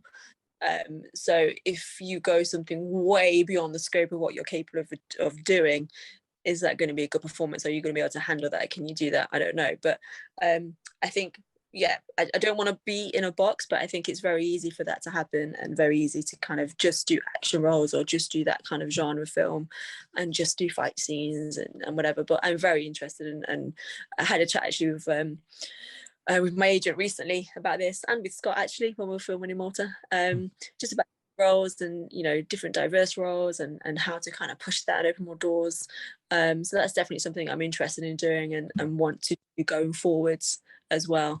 But I'm always going to love, you know, action films and action scenes and those fight scenes. But I think, I'm very much interested in showing what I can do as an actor as well, and taking on more diverse roles and challenging roles as well, because I think that's one thing that I love now as well about acting and being in this industry, where I used to compete before in martial arts and be on the tournament circuit and be training for fights or performances or whatever. Is that kind of challenge and that motivation to do that. And I think when there's kind of a new role or a new character or new kind of direction to go in, it's a challenge for me, and I sort of embrace that. And I still want to be challenged. So I'm enjoying that process. So that's definitely something I'm doing and hoping to do going forwards. Definitely. You know, this kind of leads me to another question that I want to ask you about. And I'm hoping that if you're comfortable in answering here, because like I said before, you're with the majority of the films you've done, you're mostly known for the action roles, but then you do have roles where you take out of you step out of that genre and you go and you do a horror film like The Hike, and then you do a horror comedy with Cannibals and Carpet Fitters. Have you personally experienced any sort of situations where they will look at you and say, we want you to play a part like this, and whether it be like a say for example like a femme like a woman who is in like a prostitute. I'm trying to be very careful how I ask, because I don't want to be disrespectful when I ask a question, but I'm a stereotypical woman role where they may have you portray a damsel in distress, or we want you to be this type of woman, but we need you to dress up like this instead. Anything like that that you've come across through the years in the industry that you had to overcome to be able to not play those type of roles? 'Cause as far as I'm concerned, I don't recall ever seeing a part that you played something of that sort. In fact, you play pretty strong characters that I've seen so far, but don't recall coming across anything that made you that where you had to play a character that was more or less like a stereotypical damsel in distress type of role. So anything like that for you that you've come across that you were having to deal with throughout the years working in the industry? Not necessarily. I think there's been like scripts put my way and sort of parts that have been offered, but maybe finances fell through or investments fell through, or it's not been the right script or story, and it hasn't worked out, and I haven't accepted the role, or I think for me, it's not necessarily about being the damsel in distress or wearing a certain piece of clothing or item of clothing. I think it is more about the character and the depth of the character and what that character brings to the story, and it's kind of like with The Hype we were saying, with kind of some of those sexual assault scenes, is it necessary to kind of showcase that when the power of suggestion can be more effective? So if it's a role that that requires me to wear a certain piece of clothing, then I guess that's something I would consider at the time, whether that's necessary for a naked scene, for example. Does that, do I have to do that? Is that completely necessary? Is that just there just for the sake because you want someone to be naked in the scene, or is that and is that does that work for that role? Is that really necessary? So I think when things like that sort of come up, it's kind of just kind of questioning that and having that relationship and that communication with the director or the casting director, and having that understanding a little bit more. But I've not really sort of played the damsel in distress type character, and whether that's because those opportunities haven't come about, or I'm just I guess I'm interested in playing strong roles, female roles, but also again character driven and story. There's got to be something behind it. So I don't just want to play a prostitute on a corner as a we're not allowed to say extras anymore, supporting artist or something like that. I think it's got to be about the story, and if that's what that character is, and that's if there was a character and that's what she did as part of her work, and it was part of the story, and that you needed to understand that as the audience to kind of know what she's been through and gone through and seen what she does for a living and why that's so traumatic, and whatever else, then great, then I've got nothing against doing that. But I think it would depend on what the role entails, and is that important and is that relevant to the character, or is it just do the audience need to see that? Do we need to see that to make sense and to understand her more, or not? And that's I think that's just a consideration that happens at the time when a script comes through or a role comes through, what it is that means and entails. But I've not really played a damsel in distress, although I did on He Who Dares, I had to play a honey trap, and I had to pretend I was a damsel in distress, but really I wasn't. And I was kind of a little bit of an assassin, and we had a nice fight scene. But was that the one in the garage? Yes, it was like in an underground car park. Yeah, I did see that scene. I came across it on YouTube. So I know which one you're talking about here. That's right, I did see, and you were part. Yeah, I remember now, because there's quite a few that came across, and I was just trying to remember where I saw it. But That was actually a pretty good role here too that you played, because I actually did believe the very first clip that I saw where you were Yeah. in that moment. I was like, because like I said before, I saw the other roles and I saw that, and I was like, that is so interesting that you're playing a role like that. I'm curious to see how you're going to play it out. And boom, you turned into the assassin. So I thought that was a nice surprise. Well, so but but the point I was asking here is because again, I'm just curious about how for yourself, what experiences you have gone through as a result of you being in the industry where, obviously as of late there have been a lot more proper representation. And I'm not just talking about for women in general, but just in general as far as, people of color, things, and people's sexuality. That has all changed a great deal, where people becoming more aware of that and doing justice to provide a proper representation in a respectful manner, but also in a truthful manner as well too. But when you had first got into the industry, like I said before, you were more or less kind of discovered, and you kind of gotten your feet wet, and you continue moving forward with that. But because I was always curious about if there was any point, have you ever been looked at as, say, hey, you know what, you look great, we want you to play a part like this instead, but it's not something that had no substance, and you feel like, nope, not interested at all, because that's not who I am about. I'm not into characters like that. I'm more into these type of characters. I want to do these type of things. And then you mentioned before just now that if it's required and it serves well for the purpose of the character's story, then yes, I will do it, so long as it's done within the respectable boundaries that we have in place here. But from what I'm understanding, what you described here before, that it's never really been the case here for you at all. But I've always been curious to see if that has been something that has ever crossed your path and having to deal with that at any point. Not necessarily for gossipy aspect. That's not what I'm trying to get at here, but it's more just to see how that experience may have been like for you, if that was the case here at all. Because one of the most the thing that I'm always curious about with whenever I'm talking to a person in the industry, their experience is always different, but a lot of times their experience is always different because of their gender. And considering that, the roles that I've come across with you have always been strong women in action roles for the most part.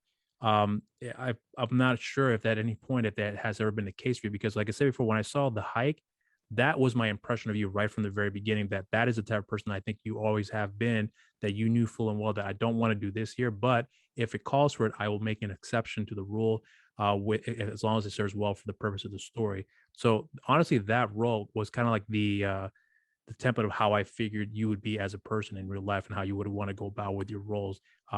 So I hope I'm not rambling on too long when I'm saying that, but I'm understand. I hope you understand where I was coming from, because that role was really that starting point for me about how I looked at you as a person, considering the choices you make with the films you to partake in. Yeah, and I think my agent as well, and roles that kind of come about. I guess those more, strong female-led roles that are story-driven are the types of roles that I sort of get put forward for, or auditions come my way, or somebody wants to consider me for. And I think people kind of look at the work you've done and the personality you have, and your show reel or your audition tape or whatever, and they can kind of see you in a certain role as well. But I don't think I've really been approached about being that kind of damsel in distress type character. Mhm. And again, it's not play that type of role, I think. And again, not wanting to kind of be typecast in just one particular kind of role. Like I said already, I want to try and be diverse and take on challenging roles and things like that. But I think, like I also said, you also need to understand what your strengths are and where you play well, and what works for you as well. So yeah, I guess it's interesting. We'll see. Maybe I will get those offers and I'll get approached for certain roles. But at the moment, those strong kind of female roles are what are coming my way so far.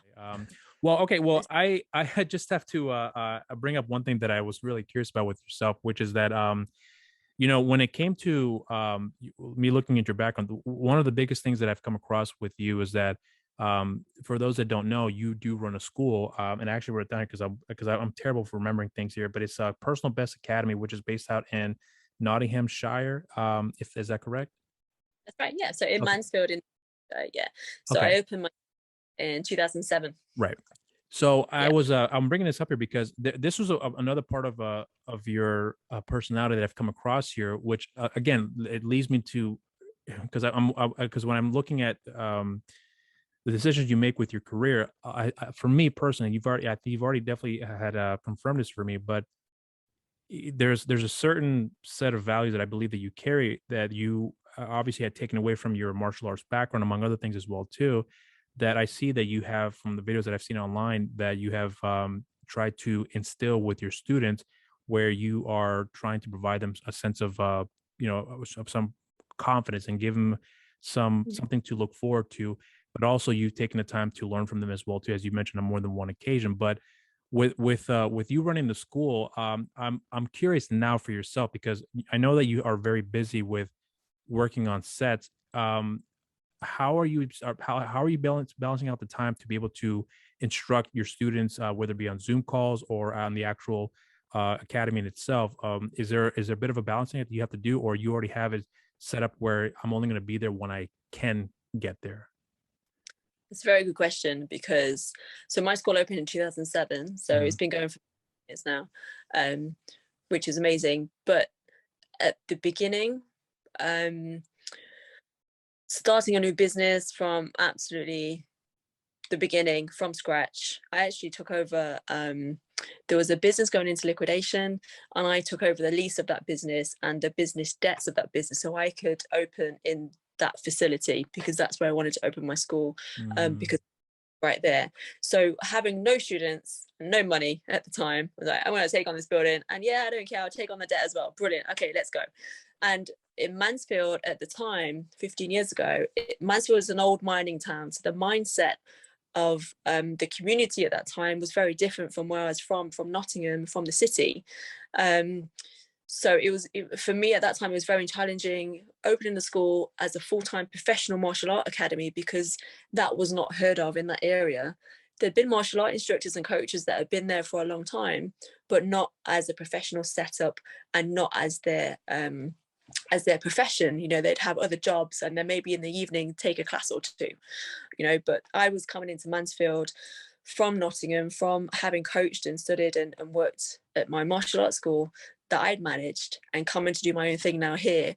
And I got a lot of resistance and a lot of negativity, from not necessarily from the people in Mansfield, but from local martial art instructors and things like that at the time, because they thought that I was selling out or watering down martial arts, or Why would they think that?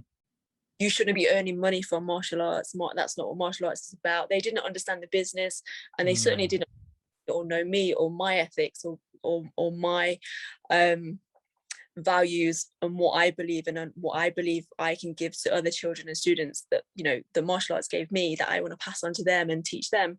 They didn't have that understanding or knowledge of that. So I think when I did that at the time, it was very difficult, and financially, but also having to deal with peers in the martial art industry at the same time as a female as well. And it wasn't even females that were giving it was like male dominating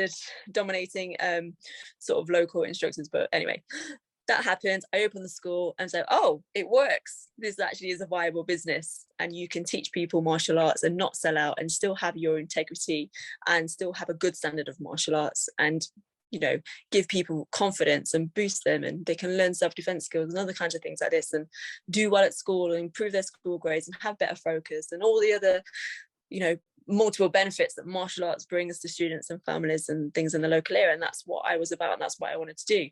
So initially the school was very much not about me, but it was very much my personality into getting everything kind of up and running. Obviously I had help from my partner, from my family, but I think as a coach and instructor, if you're taking all of the classes, your students are coming there, but they're used to me, or they were used to me and used to my way of teaching and my personality and the way that I did things. So when I had to step away and be away for a couple of weeks, or 4 or 5 weeks at a time, coming back into my school, my student numbers dropped massively, because it wasn't the same, because I wasn't there. So then it was the kind of case of, okay, well, I want to do this and I want to work on my career, but at the same time, I need to make sure my school is successful, because that is my bread and butter right now, and I got to pay the bills. I've got big overhead. So, and it was that juggling game for a long time. So when I started to work on kind of like a junior instructor program and instructor training program. And some of the students that I've been with for many, many years and come through the ranks and were black belts were interested in going, actually, I would love to be a coach or instructor. And we did lots of different training programs, sent them away on different courses. They became involved in the team and in the program in that process. And then it wasn't so much about me or just me. Other parents and students and members were like, okay, it's the team. So I'm not taking all the sessions anymore. Interesting. Expect me to be there 24/7. And I think that took a long time to go, you know, when I am away, like on Doctor Strange, I was away for like 9 months. So without having that place before that, I would have come back and my school probably wouldn't have been there anymore. People would have left. So I think it was very much that was a massive learning curve for me, and something that took time to have the team in place and have different instructors. And I don't have to teach at my school, but I love teaching at my school. Right. So I can go and take a class. If I want to go and teach tomorrow, I'll go and teach tomorrow, but I don't have to be. But I have more of a managerial role now in terms of overseeing things, and have taken a little step, which is fantastic for my instructors that are coming through, because they can learn and grow in their roles as instructors. And the students also have all these different, we have like 20 coaches at my academy. So the instructors and students and parents have all these different types of personalities now. It's not just about one instructor being there for the whole thing, which I think is fantastic.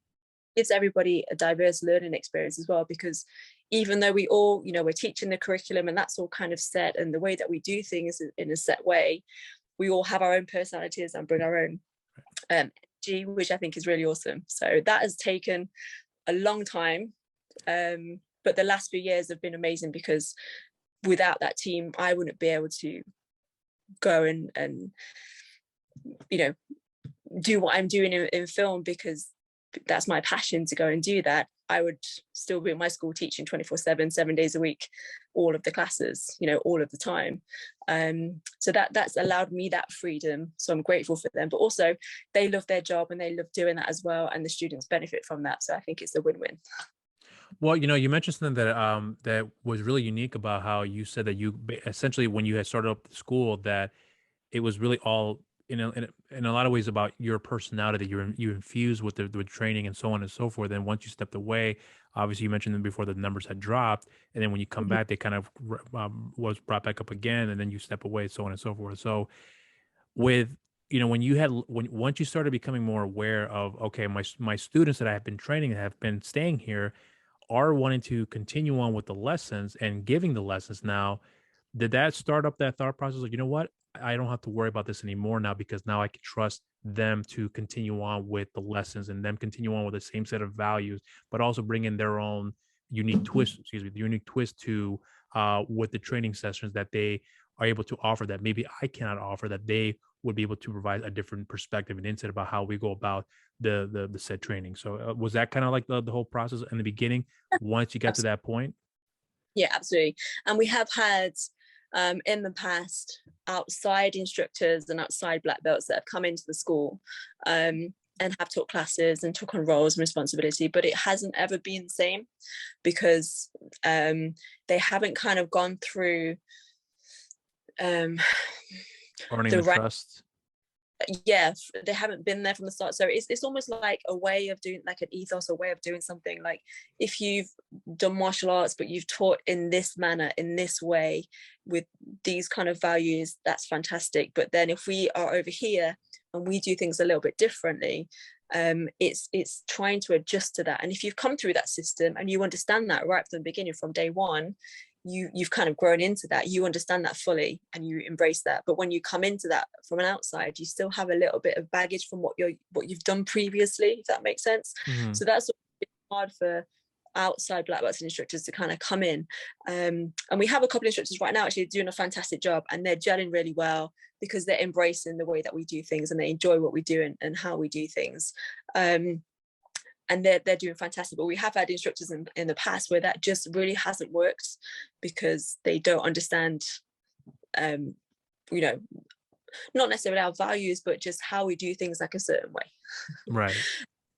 and so that's been interesting. But I think one of the hardest things is, for any business, not just martial arts and not just my school, but is finding the right staff and the right people that you can trust to do that. So right now I totally trust my team, and I can happily step away, be working on a film, come back and trust that everything is well and everybody's doing their job.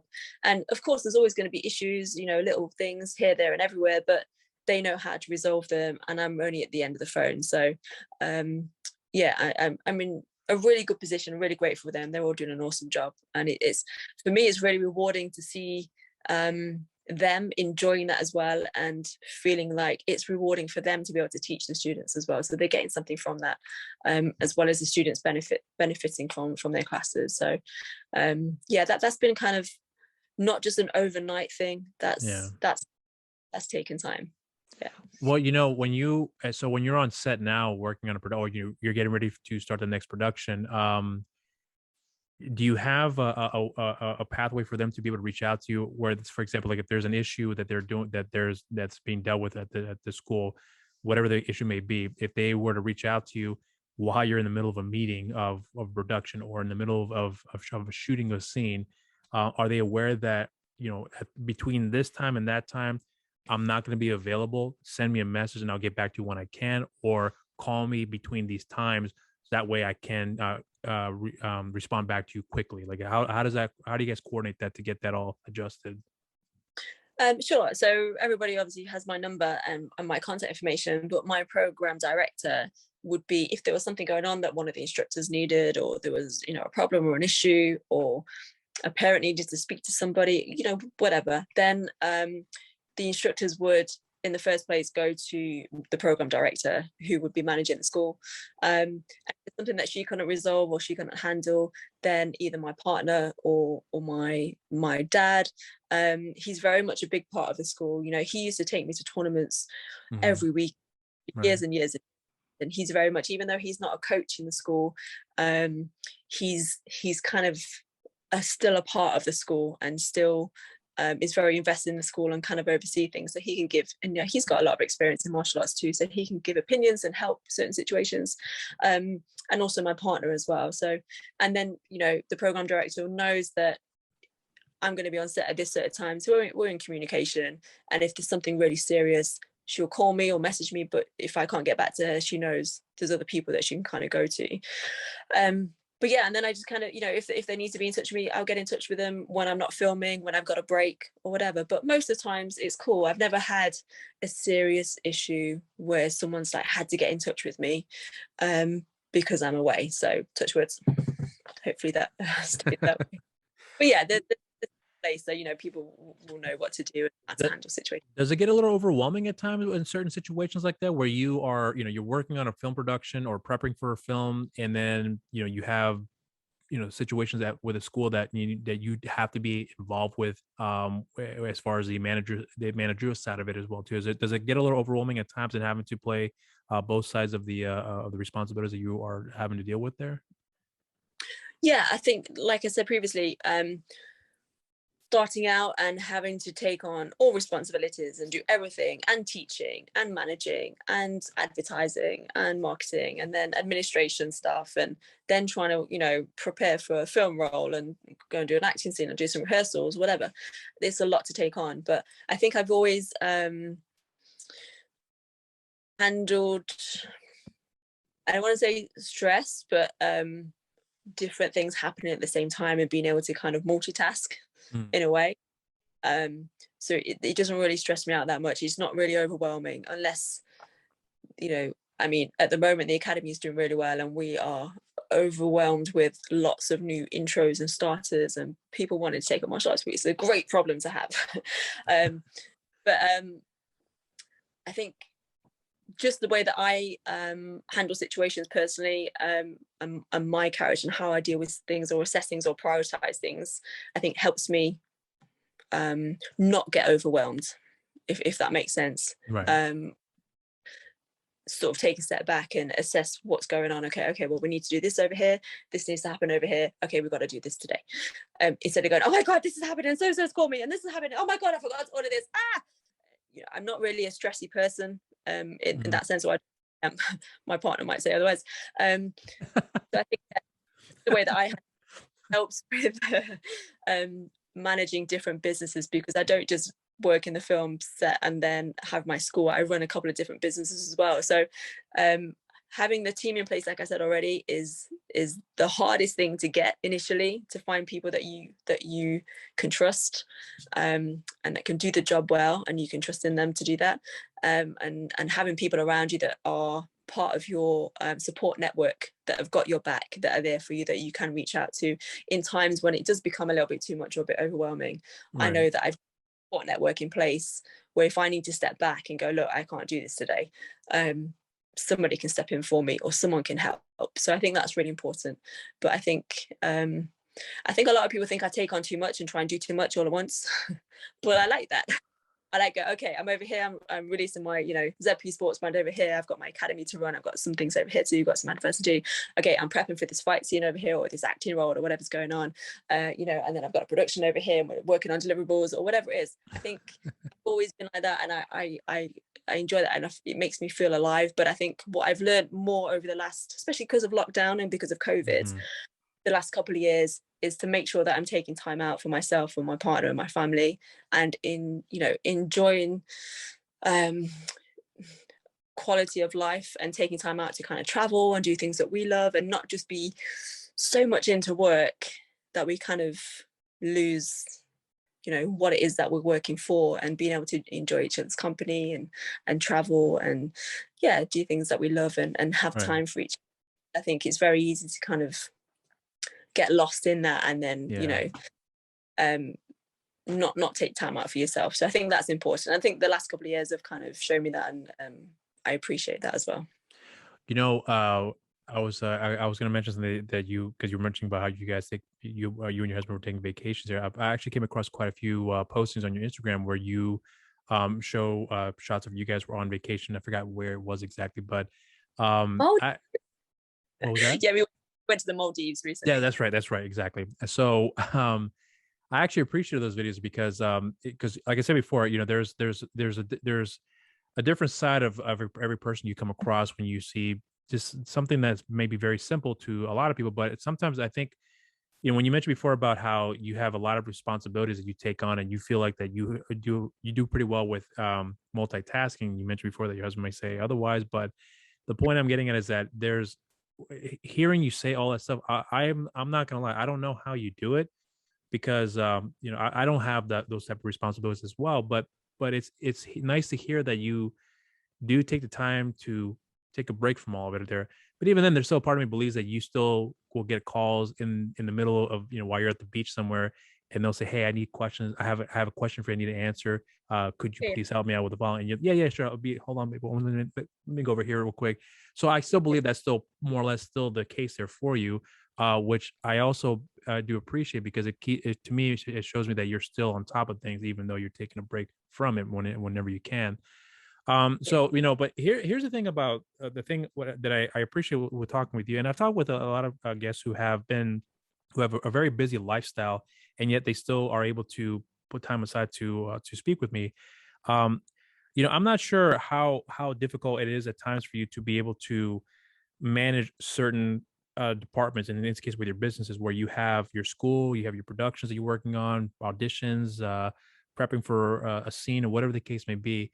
Because for some people, I think what they may fail to realize is that it can be overwhelming, as long as if you're not prepared to handle the responsibilities, or if you're not learning how to prioritize what's more important right now as opposed to what's not important. But for yourself, when I'm talking to you, you seem very even keel in our conversation, considering the amount of work that you are putting yourself through.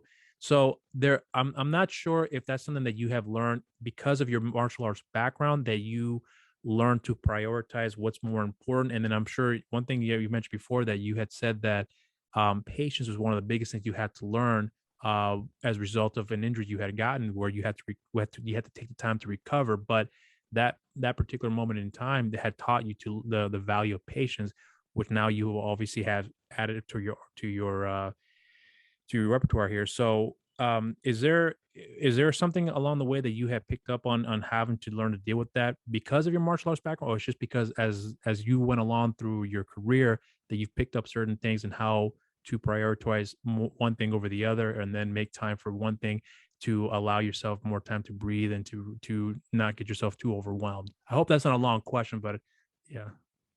I'll answer the best I can. A little bit of both, because I think martial arts has taught me to have that self-discipline and self-control, and I think sort of like management and prioritizing things. I wouldn't say it comes easy to me, but it's something that I feel like I can handle, and something that I enjoy. So I enjoy kind of, you know, scheduling and organizing things and planning things, and I enjoy that side of it. So I think that really helps in kind of trying to organize and work with lots of different things going on at the same time, or remembering that, okay, this is happening over here, so we need to do this over here, but then I've got to remember, okay, next Tuesday this is happening over here. I think for me, like, if I don't write things down, I forget something, because I can get lost into something over here and go like, oh my god, this is happening today. So for me, I always have to kind of write things down and plan that and diarize that. I think that's one thing that really, really helps me. And not a couple of years ago, quite a few years ago now, I forget that we're in 2022. I really burnt out, like totally burnt out, where I couldn't get out of bed, and I was literally just doing too much, and I was working on a set, and driving home from London, teaching at my academy, doing some other stuff, driving back down to go and film, and it was literally non-stop, and it was constant. And I was in bed for a month or whatever it was, 4 or 5 weeks, and that was kind of, was like, okay, I'm doing too much, like I can't sustain this is not sustainable, it's not healthy. My body, it's sort of telling me to just chill out for just a little bit, and just, if you need help, you need to ask for it. So that was a few years ago, and I think I've always remembered that and go, okay, well, as much as I've got this over here, this over here, this over here, and I'm busy, it's not about being busy, it's about being productive. So people go, oh, how do you do that? And it's not because I'm trying to be busy, or I like being busy, that's fine, but I think again, it's just about being productive. What is happening over here? Are we making a headway on this? Okay, great, this has been organized, this has been sorted out. It's not like, oh, I've got loads of things to do today, what should I do first? Like, it's important to prioritize that. And I think martial arts has helped me with that, with the discipline and self-discipline, but then also just experience from being able to handle things and manage things has helped as well. So a little bit of both, a little bit of martial arts, and then just kind of just life experience, just how things have happened, and learning from experiences or mistakes, and then kind of moving forward, and then being able to handle things or make things more efficient. I think that's my big thing at the moment, just making things more efficient, so it gives me more freedom and more time for me as well. So it's not just like go all the time. There has to be a balance, because I don't want to be in that position again where I'm in bed for 4 or 5 weeks because I'm just totally wiped out, and I just totally burnt out. So yeah, I think I'm very mindful of that as well. So I think that just helps me kind of prioritize things and go, okay, well, I need to do this today, this can wait until tomorrow, I need to make sure this is done, and for whatever reason. But yeah, I think there's lots of different ways that you can sort of manage your time effectively, but I think for me, trying to make everything work efficiently is the key thing. And yeah, going to the Maldives or wherever that is, I think, why you work so hard and doing all these different things, and what is the point of all of that if we can't sit back and relax sometime? Although when I am on holiday, I do feel guilty that I'm not working and I should be doing something else. And I try and off and just relax and chill, and then for a few days I'll get itchy fingers. And even like when we were on holiday, we was doing some like YouTube reviews and things of the resort, which the resort and the managers loved out there, which was fantastic. But yeah, just that travel time, that personal time, that family time for me, I think is really important. So it's just trying to find the right balance between all these other things that are going on in life, and not getting overwhelmed with that. But I kind of know those signs now. So if it gets to a point where I feel like, okay, this is too much, then I know and I will ask for help, or there's people that are around me that will support me and help me if I need that. So I think it's important to, because everybody works differently, everybody kind of handles stress differently, and I think it's important to know what your limitations are, or to see those signs. So if I feel like I'm getting to that stage where, okay, I don't feel like I'm coping very well right now, or I'm too tired, I look physically ill because I'm working too many hours or trying to do too much all at once, and it's just not healthy, then I can kind of step back and go, okay, Zara, you need to just chill out for a bit. I'm going to take a few days off, and you're allowed to do that. So I think that's important. One thing I picked up on with you as well too is that I picked up on you when you're working on something. I get the impression that as much hands-on you are with the projects, and you described earlier about what it is how you're delegating certain responsibilities. Okay, so this person will handle this. I don't have to worry about that now because I've got the right people involved to handle these responsibilities. So that right there too, I think is something that I'm sure along the way you have learned about how to vet out who would be able to do certain things along the way as well too, to help alleviate a lot of stress that you would normally be handling. Don't have to worry about it anymore because someone else will be able to handle that on their end. But of course, considering that you may be the go-to person, if something doesn't go according to plan, do you handle now with the amount of work that you've done, the responsibilities a little more calmly, a little more, I wouldn't say confident, but just a little more, I'm trying to see what the best word to describe it here, but just, do you feel like you've handled certain things a lot better now as opposed to where you were before, where before you mentioned before you've taken on so much responsibility and to the point where your body broke down and you have to give yourself a month and a half off a break to step away from the work, coming back to it? Is it an easier process now to be able to manage things a little bit better because of the years of experience you've garnered from all the amount of work that you've done? Absolutely. And I think, like I said before, that's taken time to do that in what I do, going on in my life, in the different businesses that I run and what I own, because it's hard to find those people that you can trust to be in those positions, that like you might have somebody in a position that's going to handle a certain amount of stress or take calls or handle issues, whatever, but if you know that they can't really do that, or they're not going to do a good job, or you've got that underlying kind of doubt that that person's not the right person for the job, then you're still stressed and you're still taking on that stress, and it's still it's probably worse now because and right at the beginning, and being able to delegate is probably one of my weaknesses, and I've learned over the years to be able to do that better, more efficiently, because sometimes it's a case of, well, I know how to do this and I could just do it, but then if I do that, it stops me from doing this and this, whereas somebody else could just come and do that quite easily. And I've had to learn to kind of let go and allow people to come in and do that, and now I can do that easily. But before, I think, yeah, it's okay, I'll do that, you don't worry about it, just I'll do it. But also, I don't want to burden people, so I think that was one thing that I've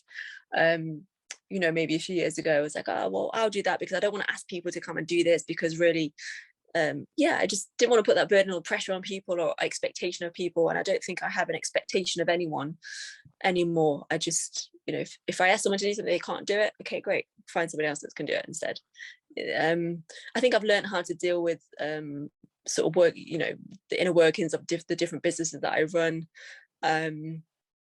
better, just because of just experience, and I've had that time now to see how things are working and what works well and what doesn't work well, and who I trust in those positions. And I think now I probably take a little bit more time to respond rather than just react to something.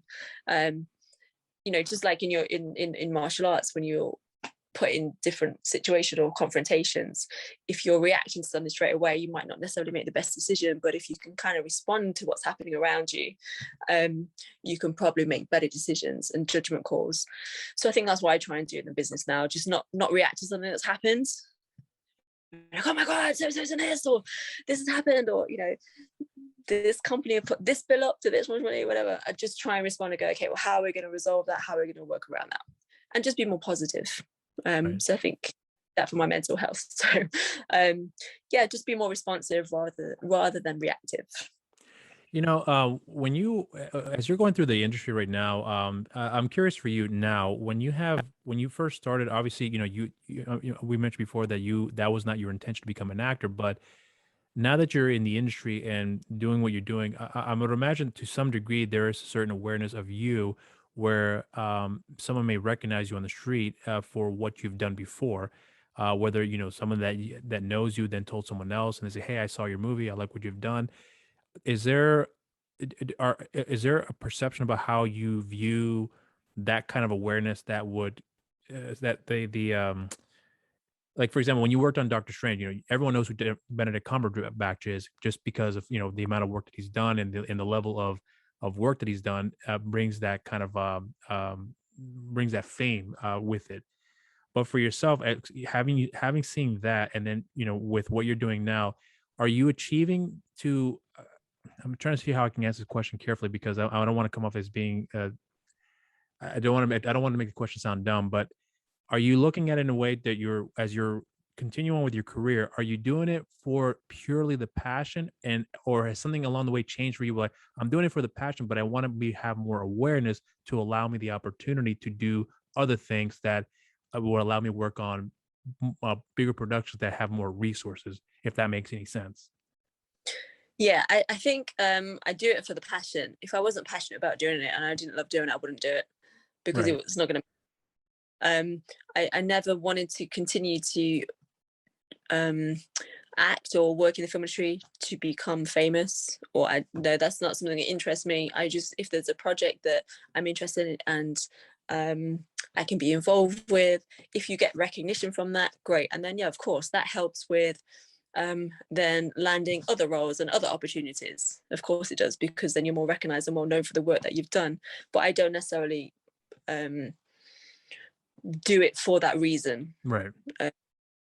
And that actually helps in my martial arts school as well, because a lot of people that come in have seen me in different things and they go, "Oh, that's my instructor," and it's inspiring. So I think sometimes that actually empowering women or children or the students that train with me, and inspiring them to kind of go out and achieve their goals and dreams and come and train and believe in themselves as well, and having that confidence is just another benefit of what I do and why I do it as well. So it's not necessarily about me and my recognition, but it's what that can help bring. So I don't set out for that, but I think the more resource you have, or the more productions you work in, the more that your work is seen or known, then of course that's going to help in other areas. Right. But I'm not necessarily looking to be recognized in the street. I just want to kind of enjoy my work and love doing it. If I didn't have that passion and didn't want to do it, then I wouldn't do it, because it's not going to make me happy. I don't want to be in a position, which is why I've always worked for myself and created opportunities myself, or set up my own business, or tried to, I guess, use my entrepreneurial skills as best I can, because I don't want to be stuck in a job that I hate, that I don't want to do. I don't want to be in a 9 to 5 doing the same thing every day, where I really don't want to be there, and I want to be doing something different. If I want to be doing something different, then I'm going to create that opportunity or find a way to make that happen, because I want to love what I'm doing. I want to be happy with what I'm doing. And I think some people can't always do that because it's a risk, or don't have the confidence to do that, or for whatever reason. But I think I'm of the mindset where if I don't do this, then that's my fault. Or if this doesn't work, then I can only blame myself. But if I don't try and do this, then that's also my fault. So I think, I think being happy and keeping that passion is what keeps me going, and it's why I do what I do. Not to please anybody else, or not for a certain level of Recognition. Or that kind of thing. But I hope that makes sense.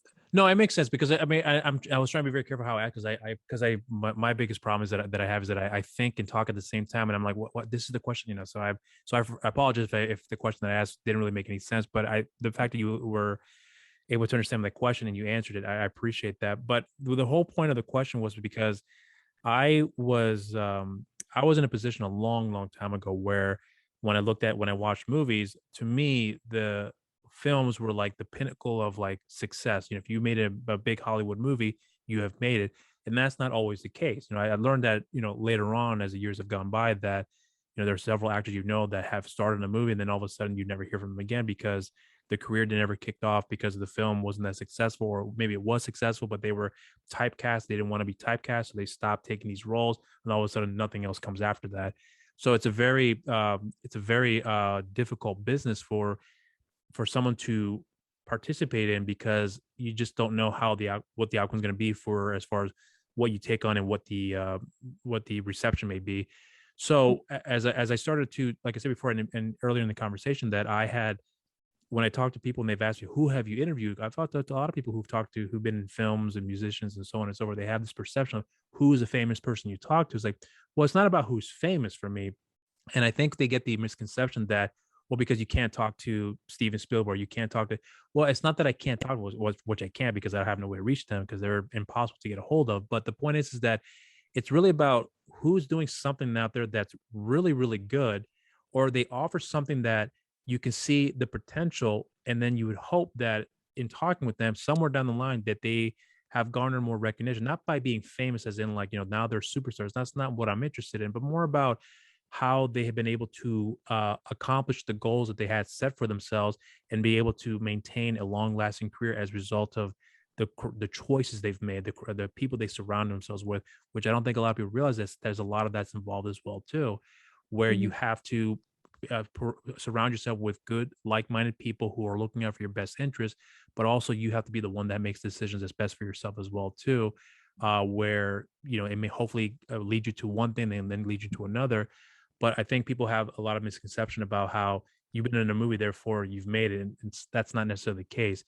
So I'm hoping that when people, and I say this all the time, I don't mean to sound like a broken record, but whenever someone would look back and watch this and they see, I saw this interview with Zara and I saw this movie, and I'm hoping as a result of that, that would lead into someone else saying, I like what she had done in that, or I like what she said in the interview, or I like what she had done in that film because of that interview.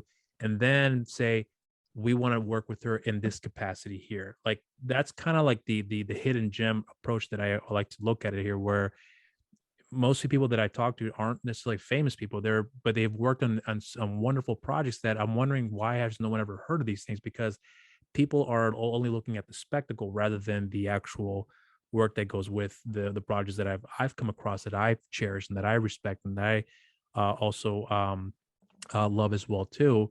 But it's a very difficult thing to comprehend for some people, where they think that because you work on these type of films, that all of a sudden you're not as successful as the guys of like in the likes of like Julia Roberts or whatever the case may be.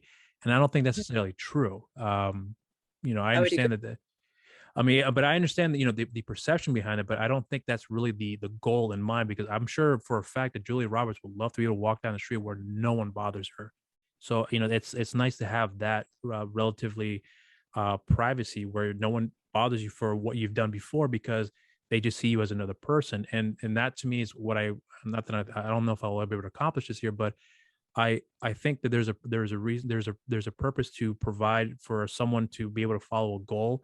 And as long as they're able to complete it, they're able to achieve that goal and be able to do it in a way that's not going to they're not lose their dignity. They're not going to lose their self-respect. They're not going to sell their soul or anything like that. They're really doing it for the reasons why they are truly passionate about it, and they know what's fair, what isn't fair. And if they have to make certain sacrifices, they're not going to make sacrifice of someone else's expense, but rather for maybe their own expense, to allow them to be able to um, eventually get that opportunity. Don't mean to go long-winded here, but it's something that I am truly passionate about whenever I'm reaching out to individuals who are willing to speak with me about this, because there's something that I saw in yourself, that I see with anybody that I speak with here, that I think they have something to offer. And I'm hoping that, somewhere down the line, that this interview that they may come across here would be that starting point to say, I like that and I want to work with them because of that. So getting to know the person rather than having to get to know the product, if you will, if that makes any sense. Yeah, absolutely. And I think that's important. You can only make a first impression once, like first impression. And I think that's something that always sticks with me. Like whenever I go and meet new people or talk to new people, or I'm on a new job or working with a different crew, I think, again, going back to being respectful to everybody, treating people the way you want to be treated, and having a good work ethic, and yeah, that reputation precedes you. So a lot of the work that I've done has been through a good sort of working relationship with people, and also good reputation of how, you know, you conduct yourself and how you behave on set, and how you fellow peers and things like that as well. So and that's what I was saying, or maybe I didn't make sense earlier. Maybe later. It doesn't matter to me if you're working on a big budget movie or you're working on an independent movie. You treat everybody the same. It doesn't matter that this is this budget. Okay, fantastic. This movie is probably going to be amazing, but some movies are not so amazing, even though they do have a big budget. You know, sometimes I think, oh, if we just had like a fraction of that budget, what could we do with that? Yeah. It's about the person and how you treat people, and people remember you for how you make them feel. So there's people that I've met that you know, are, you would call famous people, that have been fantastic and wonderful and amazing people, and then some people that have not been that and been the total opposite. So for me, about what kind of status you are is about how you are as a person. But I think those people that do have that recognition, or are more famous, or have more work and have that out there, they have a really good position and platform to be able to do good, and to you know, for example, social media right now. So, you know, all, you know, these famous kind of celebrities and things like that on social media, they've got a platform and a fan base to kind of put their message out to people as well. And I think that's quite powerful. So if you're in that position, I think that's a big responsibility as well. And I think yeah, just going back to what you said, it's kind of about the person and getting to know the person as well. And I think social media allows you to do that, and, you know, podcasts and things like this help you to kind of see people for who they are and who they really are, and then what their beliefs are, and things like that. And I think that's really important as well, because you can get a different perception of someone who's just working on a film set, or people can be having a stressful day and react to something, and you know, maybe come across rude or arrogant and whatever, but you don't know what's just happened like 10 seconds previous to that. So with things like this, it's really cool, because you can just have a nice chat, and you know, get to know people, ask questions, and that's why it's really interesting speaking to you today, because you're like, yeah, I'm not, you know, I'm just going to ask questions. I don't really want to be asking questions that you've been asked before. You've done your research and you ask that I've not really spoken, and we're going into a lot of depth, and yeah, it's been really interesting today. So I totally agree with what you're saying about people and their position, and yeah, I think that's cool. And I think when you are in a position like that, I think you have an element of responsibility as well. And even like with the students that I teach and the parents, like, I still have to remember that people look up to you or hold you on a pedestal or look at you in a certain way, so that the way you even conduct yourself, and it matters to people, and you can influence people in a certain way, and that's powerful. And again, that comes with a lot of responsibility as well. As I said earlier before, that I said before, I reached out to you because there was something that I saw in you that I thought was very compelling as far as how you carried yourself. And then as a result of that, I decided to check out some of your other work, which I've come across and have enjoyed. But at the same time, I've also understood that, you know, with how you have carried yourself, to me, I keep going back to about the film The Hike. That role for me personally solidified for me as how you carried yourself as far as an actor is concerned, because I think that came across as someone that was very cognizant about how they want to be viewed as, not necessarily in the terms of like for just a character, but just as an actor in general, that they're gonna make smart choices for the purposes of the story, for the purposes of the character that they're portraying, and not necessarily partake in something that's going to be doing it for the sake of doing it. That's what I got from that role that I saw in The Hike. And then, of course, my research that I've come across with you, with the interview you've done, and then our conversation together here, I definitely feel very confident that that's exactly what I expected is what I got, pretty much is what I'm saying here. And I mean that in a good way. Because there was a few things that I've come across here that I've really did respect and admire what you have done here. And then another thing too that I also respect as well is that the the amount of work that you take on, it's it's, I think people tend to overlook that it's not an easy thing to accomplish here. And you mentioned yourself before in the conversation that it's a very overwhelming process, and you yourself have reached your limit to the point where you broke down, and then you had to recover and then be able to move forward from there, which you have learned from that point. Those are little details that I am very interested in learning about a person, because it's one thing, and don't get me wrong, I'm not, and I think before in the past I kind of come across as if I'm not interested. I am, but to a point. It's one thing for me to hear you converse about a movie that you're working on, but I'm always more interested in learning about what it is you had gone through to make the film, and what were the good days like, what were the bad days like, and how you handled that during that production, and then how you've learned from those incidents since the production, if you will. So that's always the part of the story that I'm more interested in who I'm speaking with here in regards of their respective field, because I think you can learn more about them as a person in those particular scenarios, as opposed to, what was it like working with Spielberg? Oh, he was fantastic. Oh, do you love his movies? That's not really what I'm always interested in hearing. So I just want to say thank you very much for giving me the time, because I know on your end it's going to get rather late here, but the fact you've given me your time to me means a lot, and I really do appreciate it. And I don't have not taken it for granted here. So I'm very thankful that you have found the conversation that we've had to be rather intriguing and really in depth here, because that's what I've always hoped to accomplish, for you to be able to indulge in some things that you have probably never really indulged as much as me have in other conversations here. So I appreciate you mentioning that, and the No, time as well, because yeah, no, I've really enjoyed our conversation, and thank you for reaching out and showing interest.